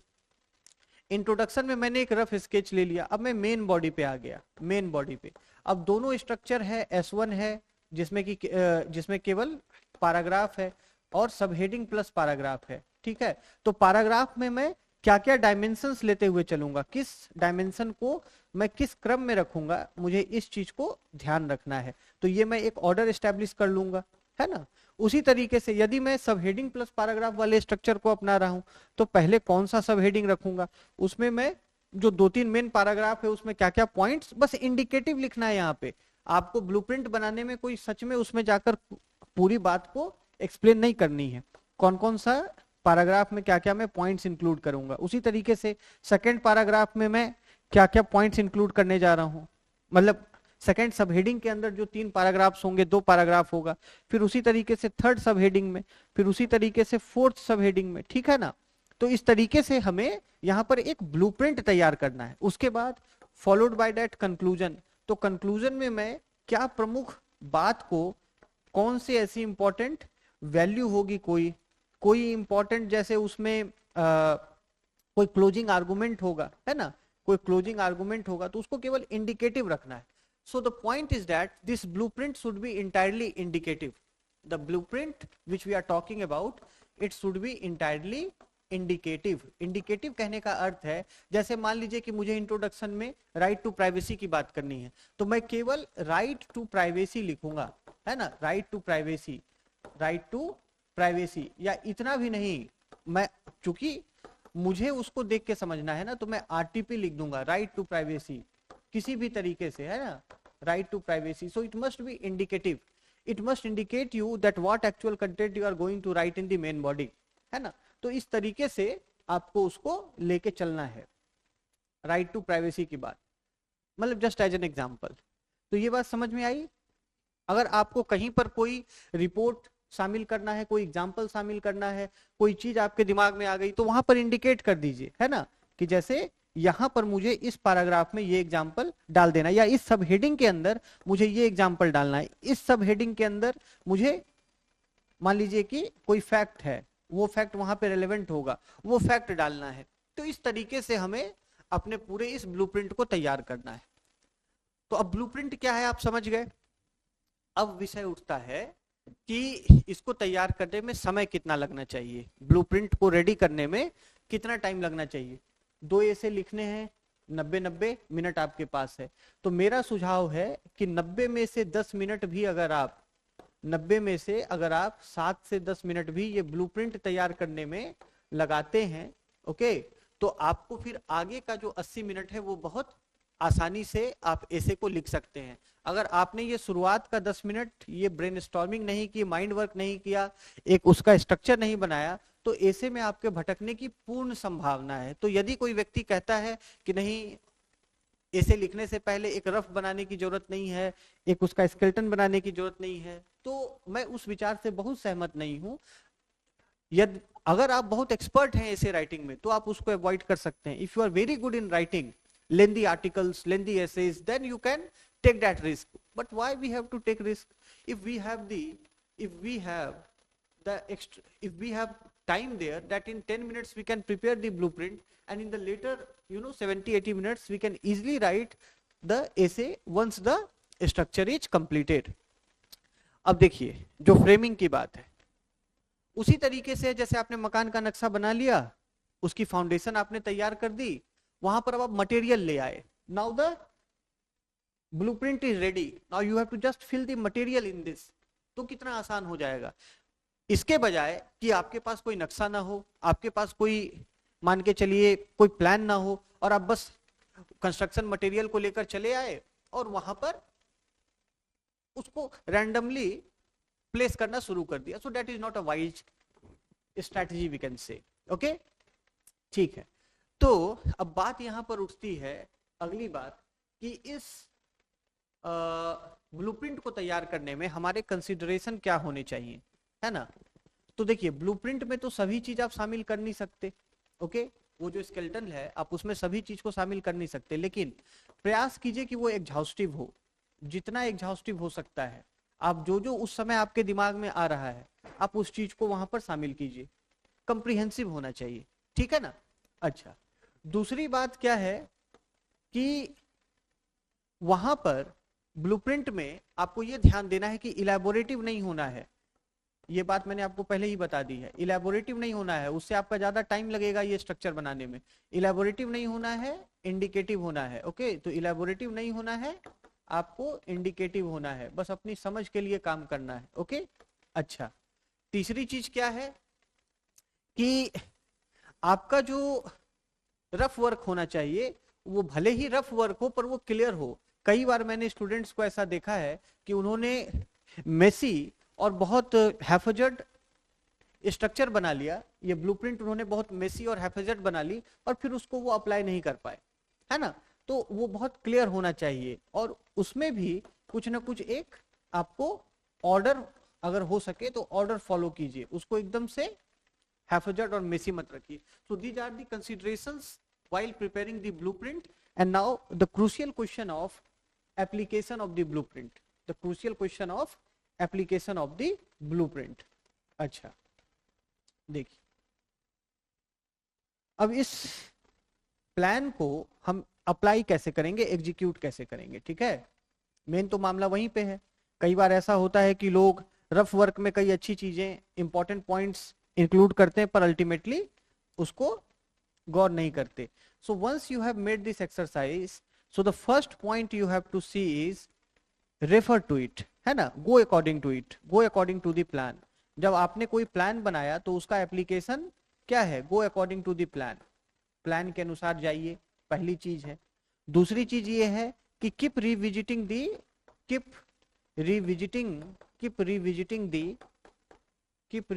दी ब्लूप्रिंट. जो आपने ये ब्लूप्रिंट तैयार किया है इसको रिविजिट करते रहिए, रिविजिट कीजिए बीच बीच में.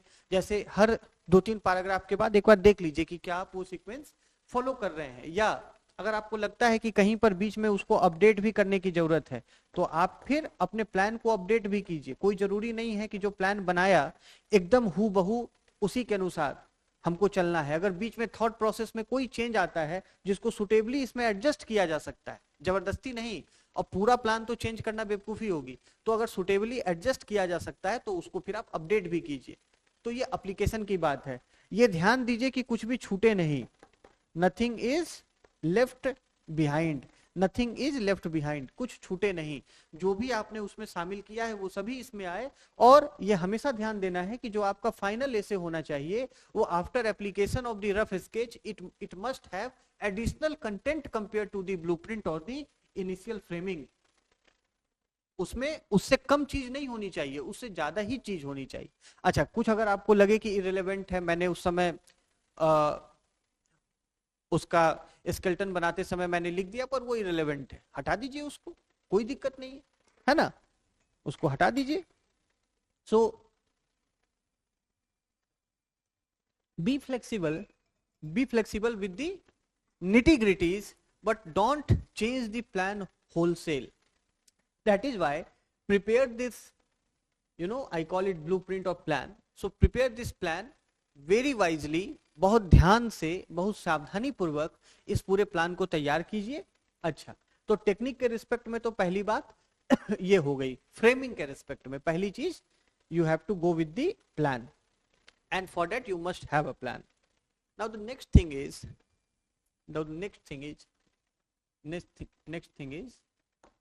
with respect to essay framing, it is bringing dimensions in the essay, how to frame or how to create dimensions. Okay, how to create dimensions. So this particular characteristic, it brings the much required multidimensionality in your essay. आपको कैसे विभिन्न आयाम अपने एसे में लाना है, ये बहुत जरूरी चीज है, क्योंकि यही आपके एसे में बहुआयामी प्रकृति को लेकर आएगा. और जो एसे मल्टी डायमेंशनल नहीं है, बहुत लीनियर है, वो एसे बहुत ज्यादा रिवार्ड नहीं किया जाता. Always keep this in mind, your essay must be multi dimensional. If it has limited dimensions, so वहां पर एग्जामिनर आपको बहुत अप्रिशिएट नहीं करेगा. So bring dimensions. How to frame, essay framing में क्या होना चाहिए, डायमेंशंस कई सारे आने चाहिए. अब जो डायमेंशन है वो ऐसे टॉपिक के अकॉर्डिंग उनको आप प्रोमिनेंस दीजिए. ठीक है, ऐसे टॉपिक के अकॉर्डिंग उनको आप प्रोमिनेंस दीजिए. Means the most prominent one should come first. Let us say if it is dimension A for example, and if it is most important with respect to essay topic. मान के चलिए कि अगर history के ऊपर कोई बात है ना, हिस्ट्री के ऊपर की हिस्ट्री वंस जो है repeated, history repeats itself once as a tragedy and the other time as a farce. तो अगर हिस्ट्री की बात है, और तो इसमें सबसे पहला डायमेंशन क्या होगा, हम ले सकते हैं वर्ल्ड हिस्ट्री को, है ना. सबसे पहला इसमें आयाम क्या होगा, वर्ल्ड हिस्ट्री. अगर हम ये टॉपिक उठाते हैं कि history repeats itself once as a tragedy and then as a farce, तो ये आपका एक previous year topic भी है. So the first dimension would be world history. Now the second dimension, it would be national history obviously, or regional history you can say. The second dimension will be regional history. The third dimension of course would be the national history. Next to it would be local history or sub-regional history. You can call it sub-regional or local history.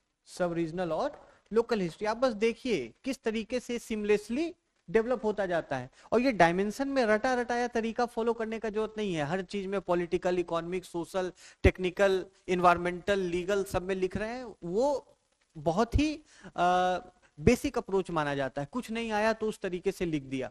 So the UPSC it requires you to be more effective and exact. So in order to become more effective, ज्यादा प्रभावशाली होने के लिए सिर्फ सामाजिक, आर्थिक, पर्यावरण, इन सब तमाम तरीके के आयामों को अगर आप लिख देते हैं, वो बहुत साधारण तरीका है, ठीक है, टाइम टेस्टेड वे है, आपको एवरेज मार्क्स भी मिल जाएगा। हो सकता है कि किसी टॉपिक के अनुसार वो फ्रेमिंग सबसे सुटेबल बैठ जाए, है ना, पर हमेशा उसी फॉर्मूले को अप्लाई करना वो रिकमेंडेड नहीं है, ठीक है। तो थोड़ा सा तरीका ढूंढिए कि किस अलग अलग तरीके से आप ऐसे को फ्रेम कर सकते हैं, क्या क्या डायमेंशंस आप उसमें जोड़ सकते हैं, इन चीजों के विषय में सोचिए। वो आप तभी सोच पाएंगे जब आप कई प्रीवियस ईयर क्वेश्चंस को, टॉपिक्स को, उसका कम से कम एक स्ट्रक्चर बनाएंगे, है ना। जब आप प्रैक्टिस करेंगे, वो प्रैक्टिस से ही होगा, प्रैक्टिस पर हम बात विशेष रूप से करेंगे। अब सब रीजनल और लोकल हिस्ट्री आपने लिख ली, और जो पांचवा डायमेंशन आपने दिया वो आपने इंडिविजुअल हिस्ट्री की बात कर दी, इंडिविजुअल हिस्ट्री की आपने बात कर दी, ठीक है। तो एक इस तरीके से, फॉर एग्जांपल मैं आपको बता रहा हूं, अब जो प्रोमिनेंस है ऐसे टॉपिक का, अब हमने कई डायमेंशंस में उसकी बात की, वैश्विक स्तर पर, फिर क्षेत्रीय स्तर पर, राष्ट्रीय स्तर पर, उपराष्ट्रीय स्तर पर, सब नेशनल लेवल पर, स्थानीय स्तर पर। अब आप सोचिए उसमें कितने डायमेंशंस आएंगे, कितने प्रकार के उसमें कंसेप्ट्स और आर्गुमेंट्स आएंगे, है ना। तो ये चीज आपको मल्टी डायमेंशनलिटी लानी है। देखिए थिंकिंग में दो प्रकार की थिंकिंग होती है, एक होती है लीनियर थिंकिंग, है ना, लीनियर थिंकिंग का मतलब है आप एक दिशा में सोचते हैं, एक दिशा में। और दूसरी होती है लैटरल थिंकिंग, जिसमें कि आप एक साथ कई दिशा में सोचते हैं, and this is also called as out of the box thinking. इसी को हम out of the box thinking भी कहते हैं, है ना। इसी को हम क्या कहते हैं, out of the box thinking भी कहते हैं। ओके फाइन, ये डिफरेंस होता है। तो आपको लीनियर थिंकिंग अप्रोच नहीं अपनाना है, आपको लैटरल थिंकिंग अप्रोच अपनाना है। Think in multiple directions at the same time, that is a much required quality of or skill of a civil servant. बात आ रही है समझ में, ये उसका एक मच रिक्वायर्ड क्वालिटी है। अच्छा, तो अगर आप वेरियस डायमेंशंस लेके आते हैं अपने एसे में, तो एग्जामिनर को यह पता चलता है कि आप लैटरल थिंकिंग करने में कैपेबल हैं। So you are not a person who thinks in a particular direction only. और अगर आप एक ही दिशा में सोचते हैं तो आप मान के चलिए कि आपके फैसले, आपका दृष्टिकोण, आपका ओपिनियन कभी भी संतुलित नहीं हो सकता, है ना, या उसमें या वो कंप्लीट नहीं हो सकता।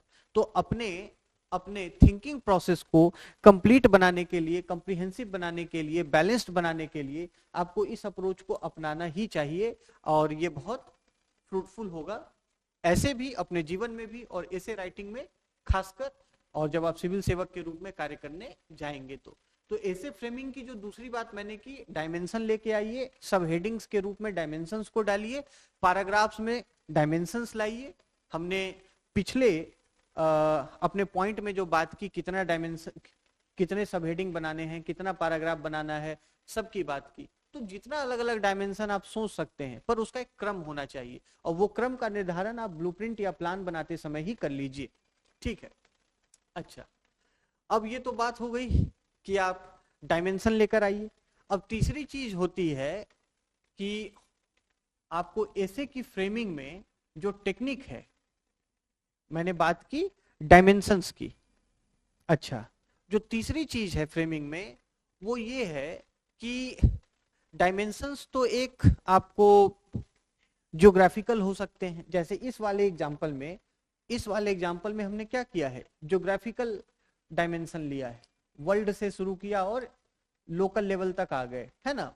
तो ये एक तरीके से आप कह सकते हैं कि ज्योग्राफिकल डायमेंशन इसमें लिया गया, वर्ल्ड है, रीजनल है, नेशनल है ना, लोकल है। तो एक तरीके से ये ज्योग्राफिकल डायमेंशन का क्लासिफिकेशन, भले ही बात हिस्ट्री की हो रही। अच्छा, दूसरा क्या तरीका हो सकता है कि हम क्रोनोलॉजिकल डायमेंशंस बना सकते हैं, क्रोनोलॉजिकल डायमेंशन का मतलब होता है पास्ट, प्रेजेंट और फ्यूचर की बात कर सकते हैं, और फिर हम इसको फर्दर कैटेगराइज कर सकते हैं। आप सब हेडिंग को भी फर्दर, सब हेडिंग्स को भी आप फर्दर अपने अपनी सुविधा से कैटेगराइज कर सकते हैं। जैसे मान लीजिए कि हमने 9 सब हेडिंग की बात की थी, है ना, पिछले पैराग्राफ प्लस सब हेडिंग वाले स्ट्रक्चर में। तो पास्ट में अगर मैंने 3 सब हेडिंग डाल दिया, प्रेजेंट में 3 सब हेडिंग डाल दिया, फ्यूचर में 3 डाल दिया, और इसके ऊपर एक ब्रॉडर सब हेडिंग बना दिया, ठीक है, तो ये एक क्रोनोलॉजिकल डायमेंशन का आपको एग्जाम्पल हो सकता है इस तरीके से। अच्छा, तो एक तो हो गया ज्योग्राफिकल, एक तो हो गया क्रोनोलॉजिकल, तीसरा हो गया कि जब आप फ्रेमिंग करते समय ऐसे के डायमेंशंस को बिल्ड करते हैं तो कई बार आप उसी चीज में से आप उसके जो कंपोनेंट्स में उसको एनालाइज कर देते हैं। तो analytical dimensions, these are geographical, this is chronological, and the next thing is analytical dimensions, जो कि आपको फिलोसफी के ऐसे में, फिलोसॉफिकल और जो मोरालिटी बेस्ड, वैल्यू बेस्ड ऐसे जाते हैं उसमें बड़ा काम आता है एनालिटिकल डायमेंशंस।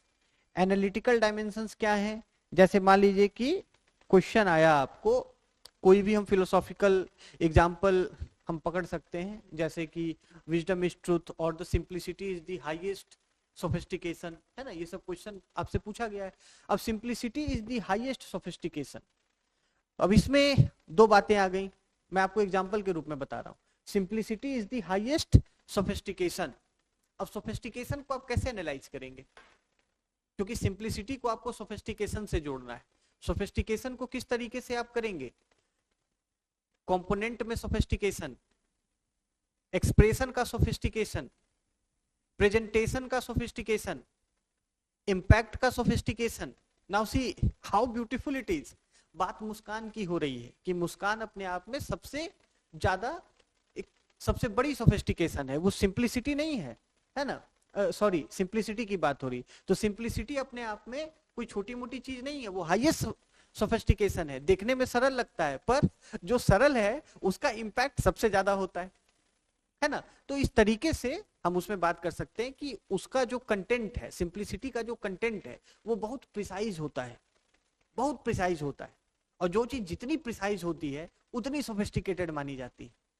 पहली बात, सिंप्लिसिटी क्या है? सिंप्लिसिटी अपने आप में मिनिमल रिसोर्सेज का इस्तेमाल करती है। क्या लगता है सरल होने में? मिनिमल रिसोर्सेज का इस्तेमाल करती है। तो content wise it is very sophisticated, है ना, उसी impact wise it is very sophisticated. अच्छा, network wise it is very sophisticated. तो इस तरीके से डिफरेंट एनालिटिकल डायमेंशंस आप निकाल सकते हैं जहां पर कि आपके पास पास्ट, प्रेजेंट, फ्यूचर में कुछ करने के लिए नहीं है। तो अब यहां पर आपको प्रायोरिटी लेकिन सेट करना पड़ेगा। अब ऐसे में कितना मार्क्स आता है वो इस प्रायोरिटी पे आपके डिपेंड करेगा कि कितनी खूबसूरती से आपने वो प्रायोरिटी ले डाउन कर दिया है, वो ऑर्डर ले डाउन कर दिया है। So we can go along geographical or physical dimensions, then I said chronological dimensions, analytical dimensions, okay, likewise there are various other ways to explore dimensions, है ना, ये बात हुई। जैसे हम मान लीजिए कि किसी भी ऐसे को लार्जर अगर कोई सब हेडिंग हमें बनाना है एजुकेशन को लेकर, है ना, मान लीजिए एजुकेशन के ऊपर कोई बात हो रही है तो हम पब्लिक सेक्टर एजुकेशन का बना देंगे, है ना, प्राइवेट सेक्टर एजुकेशन का बना देंगे, कम्युनिटी लेवल एफर्ट्स एजुकेशन का उसको लेकर बना देंगे, इंडिविजुअल एफर्ट्स बना देंगे। तो यूनिट्स भी यहाँ पर मल्टीप्लाई हो रहे हैं, है ना, इस तरीके से हम उसको लेकर चल सकते हैं।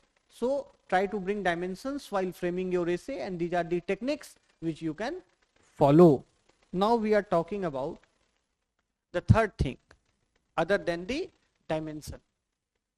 The most important thing while framing essay is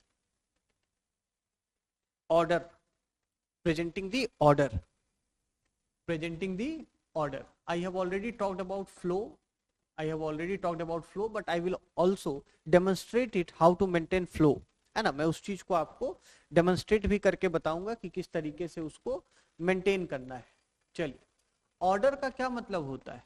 order का मतलब होता है following a particular sequence. What is order?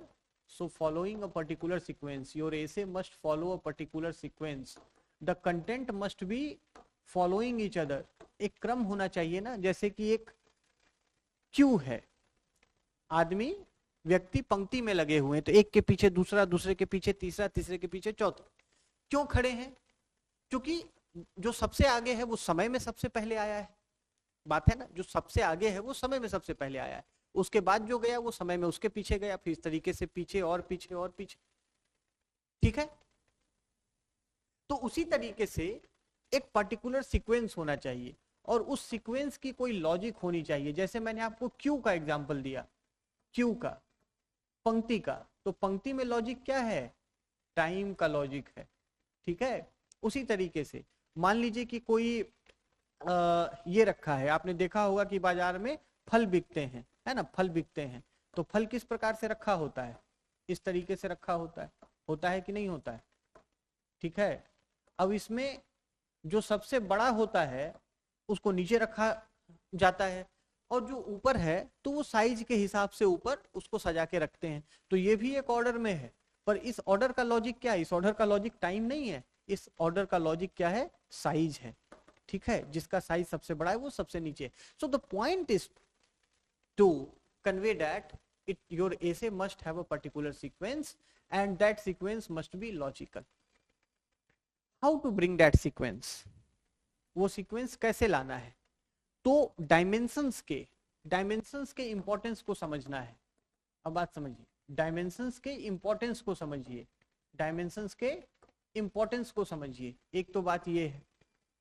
दूसरी चीज कि जिस डायमेंशन में आपके पास कंटेंट है ना, उसको आप पहले ज्यादा डील करेंगे, ओके।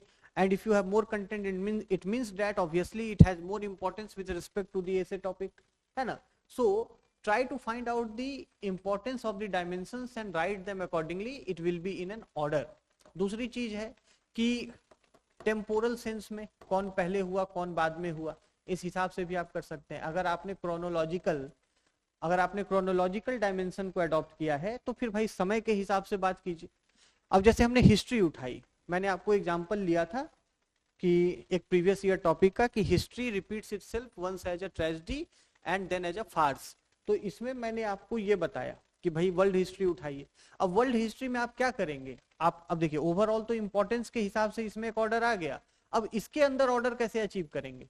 अब वर्ल्ड हिस्ट्री में हम सबसे पहले क्या बात करेंगे, सबसे पहले बात करेंगे पुराने समय की, पैलियोलिथिक, है ना, नियोलिथिक, द मॉडर्न टाइम्स, उस टाइप से। यानी कि हम एक टेम्पोरल क्रोनोलॉजी अपनाएंगे इसमें, वर्ल्ड हिस्ट्री में हम उस तरीके से, या नहीं तो हम कॉन्टिनेंट वाइज बात करेंगे, है ना, कॉन्टिनेंट वाइज बात करेंगे, वेस्ट टू ईस्ट बात करेंगे, ईस्ट टू वेस्ट बात करेंगे, है ना, या फिर उसमें भी more important events to less important events की तरफ जाएंगे। So some sort of order must be there and there can be multiple ways to introduce order, there can be multiple reasons to introduce order. कई तरीके हो सकते हैं, कई कारण हो सकता है उसको इंट्रोड्यूस करने का। जैसा मैंने आपको बताया, टाइम के अनुसार आप वर्ल्ड हिस्ट्री को के लिए आप बात कर सकते हैं, क्योंकि हिस्ट्री की बात हो रही है तो ऑब्वियसली टाइम की बात हो रही है। या फिर जो वर्ल्ड इंपॉर्टेंस के लिए जो सबसे महत्वपूर्ण चीज है, जो ग्लोबल इंपॉर्टेंस की सबसे महत्वपूर्ण चीज है, वैसी घटनाओं को आप पहले लिखेंगे। तो कोई ना कोई लॉजिक होना चाहिए, इंट्रोड्यूस दैट इन योर एसे, ठीक है। नाउ डायमेंशन प्लस इंपॉर्टेंट की बात हो गई, अब ये टेम्पोरल हो गया, टाइमिंग हो गई, और ऑर्डर किस तरीके से हम स्टैब्लिश कर सकते हैं, है ना। इम्पैक्ट ऑर्डर हम कैसे इम्पैक्ट, क्या टेक्निक हो सकती है कि उस कंटेंट का इम्पैक्ट क्या है, कोई भी चीज कहां पर होनी चाहिए, तो जो चीज सबसे ज्यादा इम्पैक्टफुल हो, जो चीज सबसे ज्यादा, जो कंटेंट सबसे ज्यादा इम्पैक्टफुल हो, हम उसको पहले रखें, है ना। तो इंपॉर्टेंस की तो हमने बात कर दी, ठीक है, जो महत्वपूर्ण है, लेकिन जो सबसे ज्यादा इम्पैक्टफुल है उसकी हम बात करें, है ना। तो इस तरीके से there are various ways to introduce order in the essay. Now coming to the fourth thing with respect to essay framing technique, that is essay को जब हम फ्रेम करते हैं तो उसमें एक जो इंपॉर्टेंट बात आती है फ्लो की। As I told you, if anything does not have flow, it is not essay.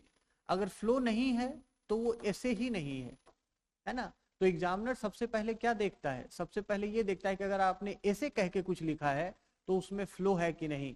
Your idea should be flowing just like water flows, the previous you know the past water, it is followed by the succeeding water and the succeeding water it pushes the following water, है ना।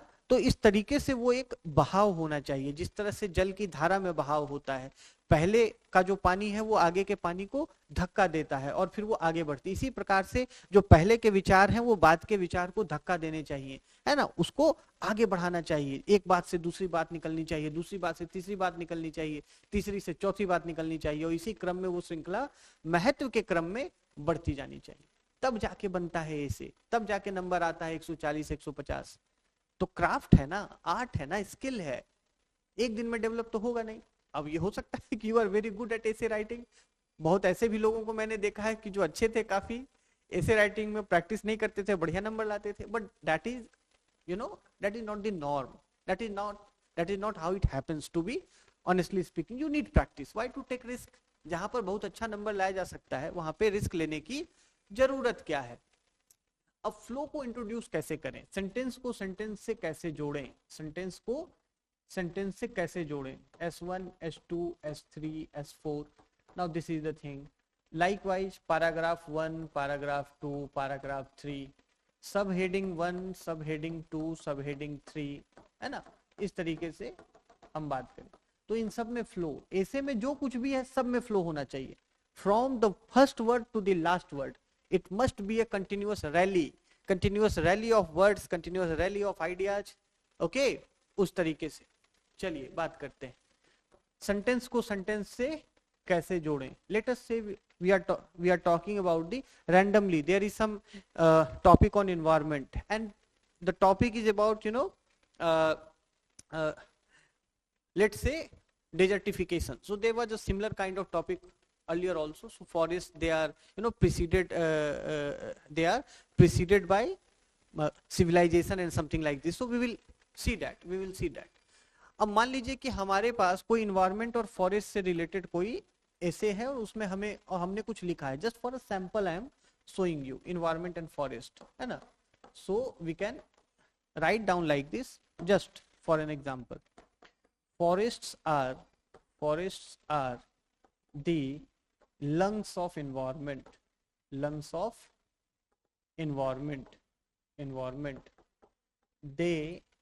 they supply much needed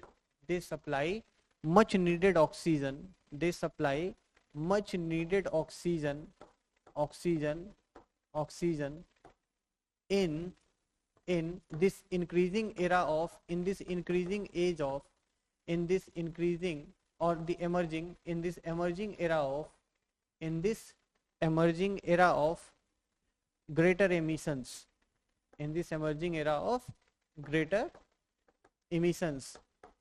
it is us who emit, and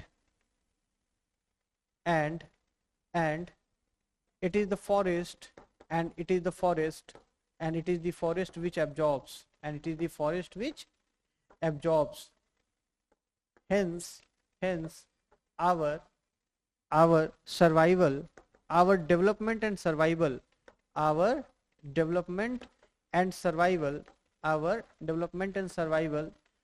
is largely based upon forest, is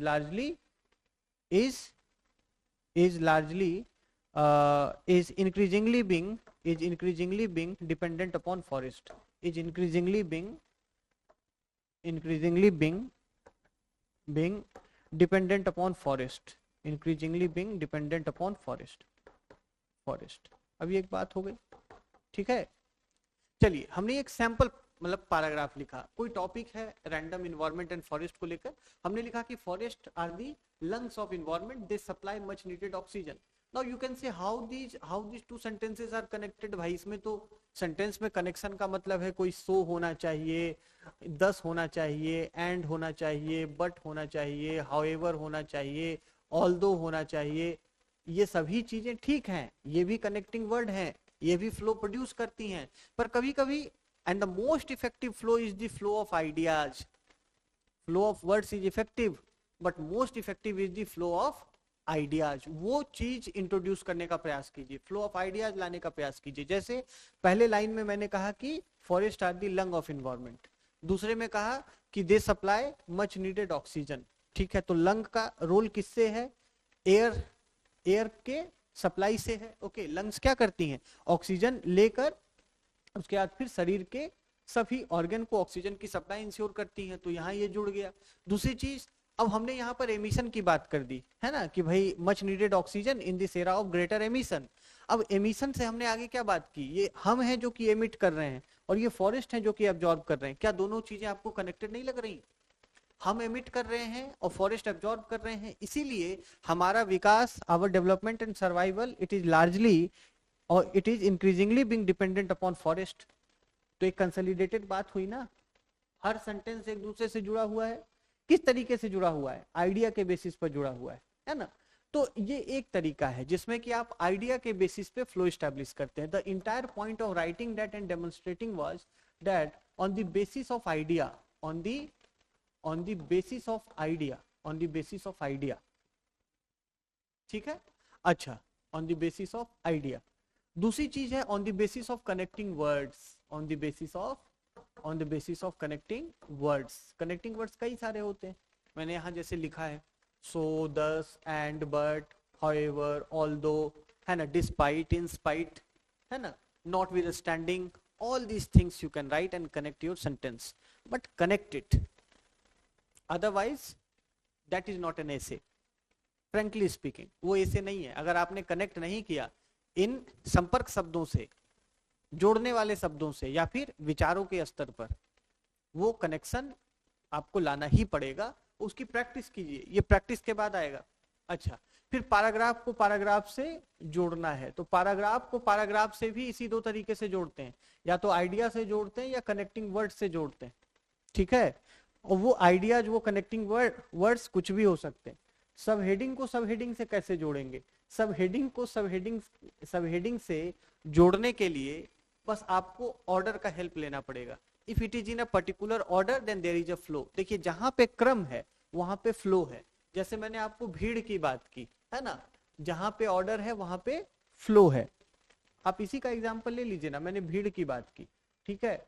एक आदमी है, उसके आगे कोई दूसरा आदमी है, ठीक है।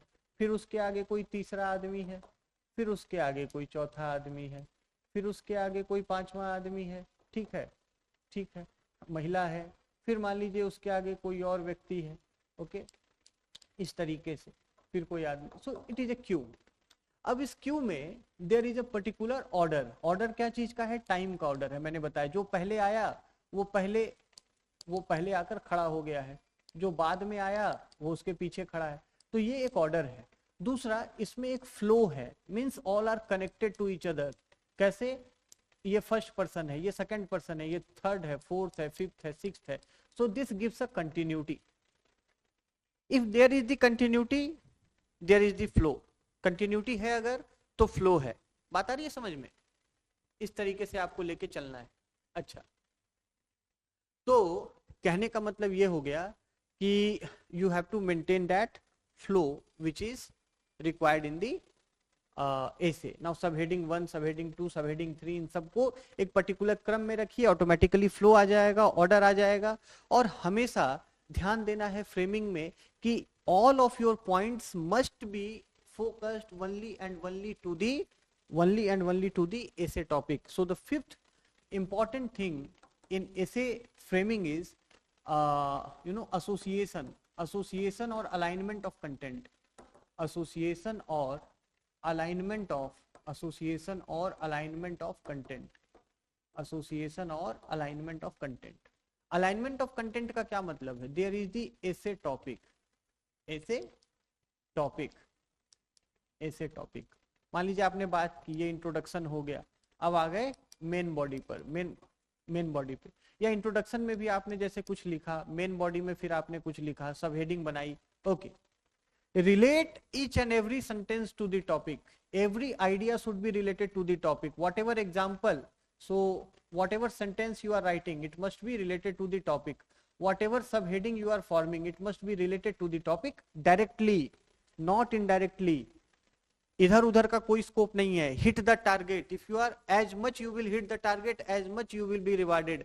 जैसे आपने वो डार्ट का गेम देखा है ना, डार्ट के गेम में जितना आप परफेक्ट हिट करोगे उतना ज्यादा स्कोर आपको होगा। डार्ट का गेम आपने देखा होगा ना, डार्ट का गेम होता है इस तरीके से, है ना, इस तरीके से कंसेंट्रिक सर्कल्स बने होते हैं, कंसेंट्रिक सर्कल्स, है ना, और ये आपको उसमें मेन टारगेट होता है, ठीक है। और भी चीजें होती हैं, आप कहीं भी अगर करो हिट करो तो आपको स्कोर मिलता है, पर आप जितना एग्जैक्टली हिट करते हो अपने डार्ट को, so that will give you more, you know, that will give you more points. तो जितना एग्जैक्टली हिट करना है, okay, so link every sentence, every subheading, okay, every example, whatever example you are giving, it must be in context of the essay topic, whatever fact or report you are mentioning, whatever quote you are writing, so whatever you put in the essay, the A to Z content, always remember the A to Z content, it must relate to the topic, it must relate to the topic directly. I'm not saying it must be relevant to the topic. Relevance is a distant relation. I can say that if I am writing about forest and environment, so I can say that human to human relations are also relevant for forest and environment. That is fine, but let us be more precise. Tribal communities hit directly, okay, so relate to the topic directly, the entire content A to Z, it must be in association or alignment of the content. alignment हम क्या कहते हैं, मान लीजिए कि topic का direction इधर है, this is the essay topic, है ना, this is the essay topic and this is your content. Topic की दिशा कोई और, कंटेंट की दिशा कोई और, so bring your content in alignment to the topic, उसी दिशा में जाइए जिस दिशा में एसे का टॉपिक है, उसी दिशा में जाइए। अच्छा, अब बात होती है कि ऐसे फ्रेमिंग में हमें ओवरऑल क्या एक स्ट्रक्चर रखना चाहिए, व्हाट शुड बी दी, मतलब ऐसे फ्रेमिंग में हमें एक क्या उसका जो कंटेंट है, कंटेंट का क्या एक पर्टिकुलर ऑर्डर फॉलो करना चाहिए, उसको आइए देखते हैं। ऐसे फ्रेमिंग में कंटेंट का क्या ऑर्डर फॉलो करना चाहिए, फ्रेमिंग एंड ऑर्डर, ऐसे framing and order of content, और किन चीजों का उसमें ध्यान रखना है। सबसे पहली बात, इंट्रोडक्शन करनी है, सीधा हिट करना है टॉपिक को, इधर उधर की बात नहीं करनी। मेन बॉडी में आ गए तो पूरे ऐसे में आपको, पूरे अपने मेन बॉडी में इंट्रोडक्शन से लेकर कंक्लूजन तक, मतलब खासकर मेन बॉडी में आपको ऐसे के ही जो टॉपिक है उसी पॉइंट को इलेबोरेट करना है, आपको उसी चीज को इलेबोरेट करना है, एक्सप्लेन करना है आपको उसी को, है ना, उसको स्टार्टिंग में क्रिटिसाइज नहीं करना है, भले ही वो कितना ही मान लीजिए कि क्रिटिसाइज किया जाने लायक टॉपिक हो, कितना ही क्रिटिसाइज किया जाने वाला टॉपिक हो, लेकिन आपको क्या करना है, हमेशा उसके एफर्मेशन में ही मेन बॉडी को बिल्ड करना है। So just elaborate the topic, explain the topic. For example let's say hypothetically sun rises in the west, sun rises in the west, for example let's say just a wild topic, sun rises in the west, अभी तो factually incorrect है, तो क्या करेंगे, इसको criticise करने लगेंगे पहले ही पॉइंट से।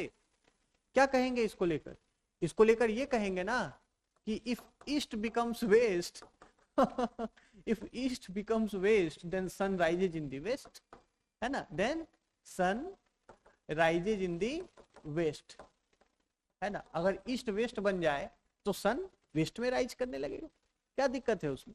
If we change the nomenclature, if we change the nomenclature, if we change the name of directions, if we change the name of directions, means why I'm writing this, just to demonstrate that whatever is there in the essay, elaborate that, forget everything, अन्य सभी फॉर्मूले को भूल जाइए। सबसे organic तरीका ऐसे लिखने का है, जो स्टेटमेंट है उसी को इलेबोरेट कीजिए, उसी के बारे में 800 शब्द लिखिए, भूल जाइए वो क्या कह रहा है, एफर्म कीजिए उसको, एक्सप्लेन कीजिए उसको, एक्सप्लेन कीजिए, है ना।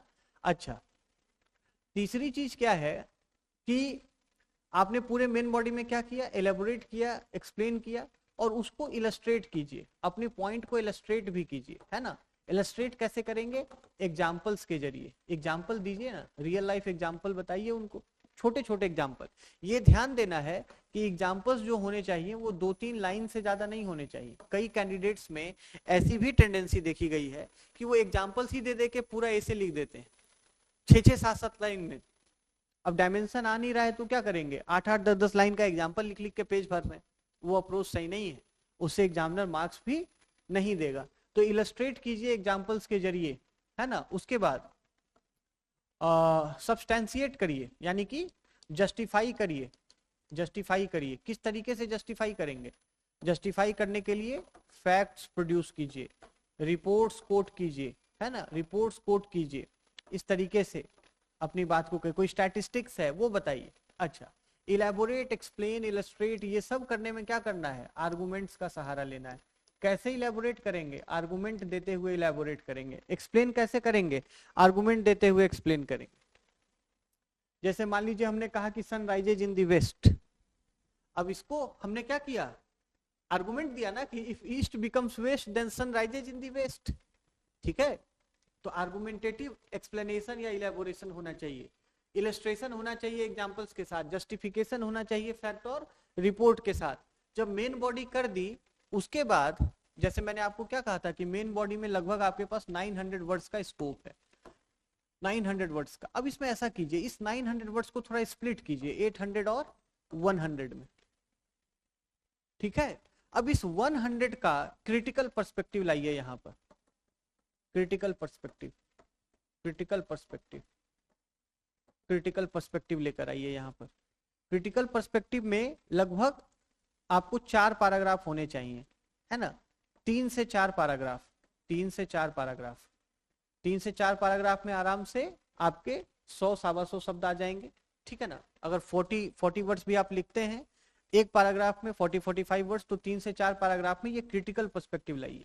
जैसे अगर for example let's say this wild topic sun rises in the west, what is the critical perspective?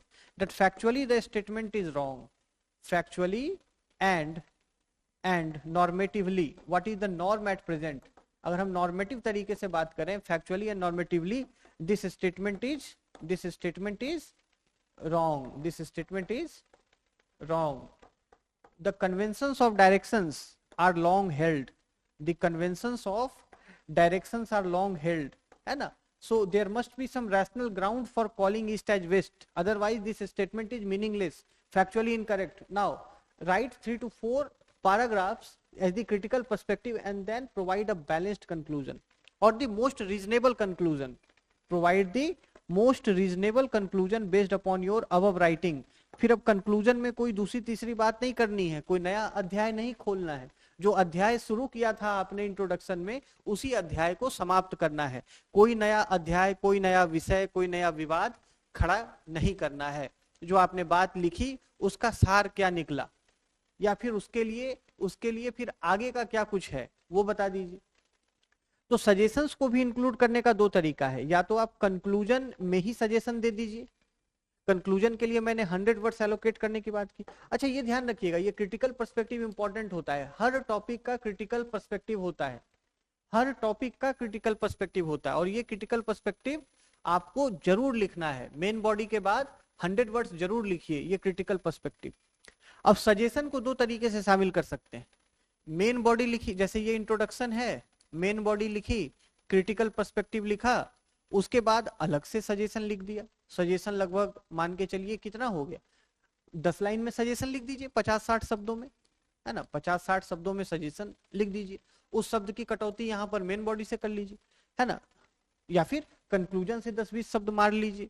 तो ये जो सजेशंस हैं ये 50-60 वर्ड्स के, और तब जाके कंक्लूजन। ओके, या फिर आप सजेशन को स्किप कर सकते हैं, सजेशन को कंक्लूजन में ही मिलाकर लिख दीजिए, लेकिन अलग से लिखेंगे तो अच्छी बात है। तो ये आपका एक ओवरऑल स्ट्रक्चर जो फ्रेमिंग है वो सामने आनी चाहिए। तो अल्टीमेटली क्या फ्रेमिंग की हमने बात की? Introduction, introduction to the essay, introduction to the essay, then main body, main body, then we talked about critical perspective, critical perspective, and once we wrote this critical perspective, then we wrote suggestions, then we wrote suggestions, then ultimately the conclusion. So this is the final framing I would suggest you to follow in essays that will reward you with good marks, plenty of marks. Okay तो इस तरीके से अपनी बात को आप लिखिए, इससे आपको अच्छे अंक प्राप्त होंगे, ऐसा मेरा उम्मीद है। अगर आप इसको ढंग से तरीके से फॉलो कर पाते हैं तो बहुत अच्छी बात है, और इस चीज का ध्यान रखिए। Okay, now coming to, if we talk about precisely how to write the conclusion itself. अब इंट्रोडक्शन की हमने बात कर ली कि भाई आप कोई डायरेक्ट टॉपिक को ही शुरू कीजिए, टॉपिक से ही आप बात करना शुरू कर दीजिए, है ना, या फिर कोई एनेक्डोट दे दीजिए, कोई आप उसमें अच्छा स्टोरी है, राम सीता, श्याम राम मोहन गीता माला, है ना, दीपा, ये सब तरह की कहानियां खुद से मत बनाइए। आप वहां पर कहानी लिखने नहीं गए हैं। बहुत विद्यार्थी क्या करते हैं, फिक्सियस स्टोरी लिखते हैं, कुछ से कुछ कहानी बनाते हैं। वो कहानी मत बनाइए, रियल लाइफ एग्जाम्पल दीजिए इंट्रोडक्शन में, real life example, real life facts, है ना। नहीं कुछ तो कुछ वैसा इवोकेटिव बात बोलिए, है ना, इवोक कीजिए एग्जामिनर को, इवोक कीजिए, है ना, some evocative thing with respect to the topic of course, है ना। तो अब ये बात उठती है कि कंक्लूजन में क्या बात आनी चाहिए। कंक्लूजन में नाउ सी, कंक्लूजन क्या होता है। Conclusion is the, conclusion can be summary, what you have written you can summarize, but this is a very basic approach, it is not considered very effective. What you have written, it is already there, what is the need to summarize whatever inference the examiner had to draw. एक तरीका क्या होता है, आप उसका सारांश लिख दीजिए, समरी लिख दीजिए जो आपने ऊपर लिखा है, so that will be just repetition, वो तो केवल विषय का दोहराव होगा, जो आपने लिखा उसी को आपने दोहरा दिया, उससे काम बनेगा नहीं, ठीक है। तो क्या करना है, करना क्या है फिर, उसमें करना ये है, आप ये भी कर सकते हैं, गलत नहीं है, उसमें करना ये है कि कंक्लूजन में कोई विजन देके जाइए, provide a vision. Conclusion must include vision, conclusion must include optimism. Conclusion में ऑप्टिमिज्म होना चाहिए, नहीं कि पूरी चर्चा कर दी और पूरा निराश करके एग्जामिनर को छोड़ दिया, खुद भी निराश हो गए। हर चीज पर बहस का एक आशावादी अंत होना चाहिए। देखिए, किसी भी विषय पर हम बात करें, समस्याएं तो कई निकल जाएंगी, तो उसका क्या अर्थ है, आगे का क्या कोई समाधान नहीं है। एक लोक सेवक कैसा व्यक्ति होना चाहिए, जिसको लगे कि oh this is the end of the tunnel, no there is light at the end of the tunnel, so that mindset, light at the end of the tunnel, है ना। सो light at the end of the tunnel, कि tunnel के end में light है, light at the end of the tunnel, so this optimism to the examiner. किस तरीके से, जैसे हमने फॉरेस्ट एंड एनवायरनमेंट की बात की, तो हो सकता है कि हम अपने इसमें कहें कंक्लूजन में, है ना, कि दो rapid deforestation, rapid forest and environment वाले जो एग्जाम्पल टॉपिक हमने लिया था उस कंटेक्स्ट में बात कर रहा हूं। दो rapid deforestation is taking place across the globe, is taking place across the globe, across the globe, across the globe, across the globe, अच्छा ऐसे लिख सकते हैं, rapid deforestation is taking place across the globe, है ना। the temperature threshold, the temperature threshold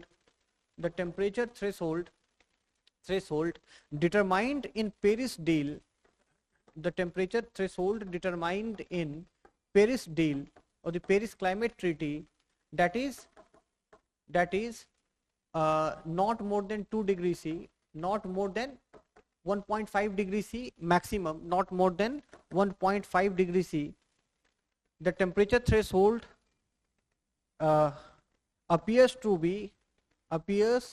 be crossed over in near future. This alarming situation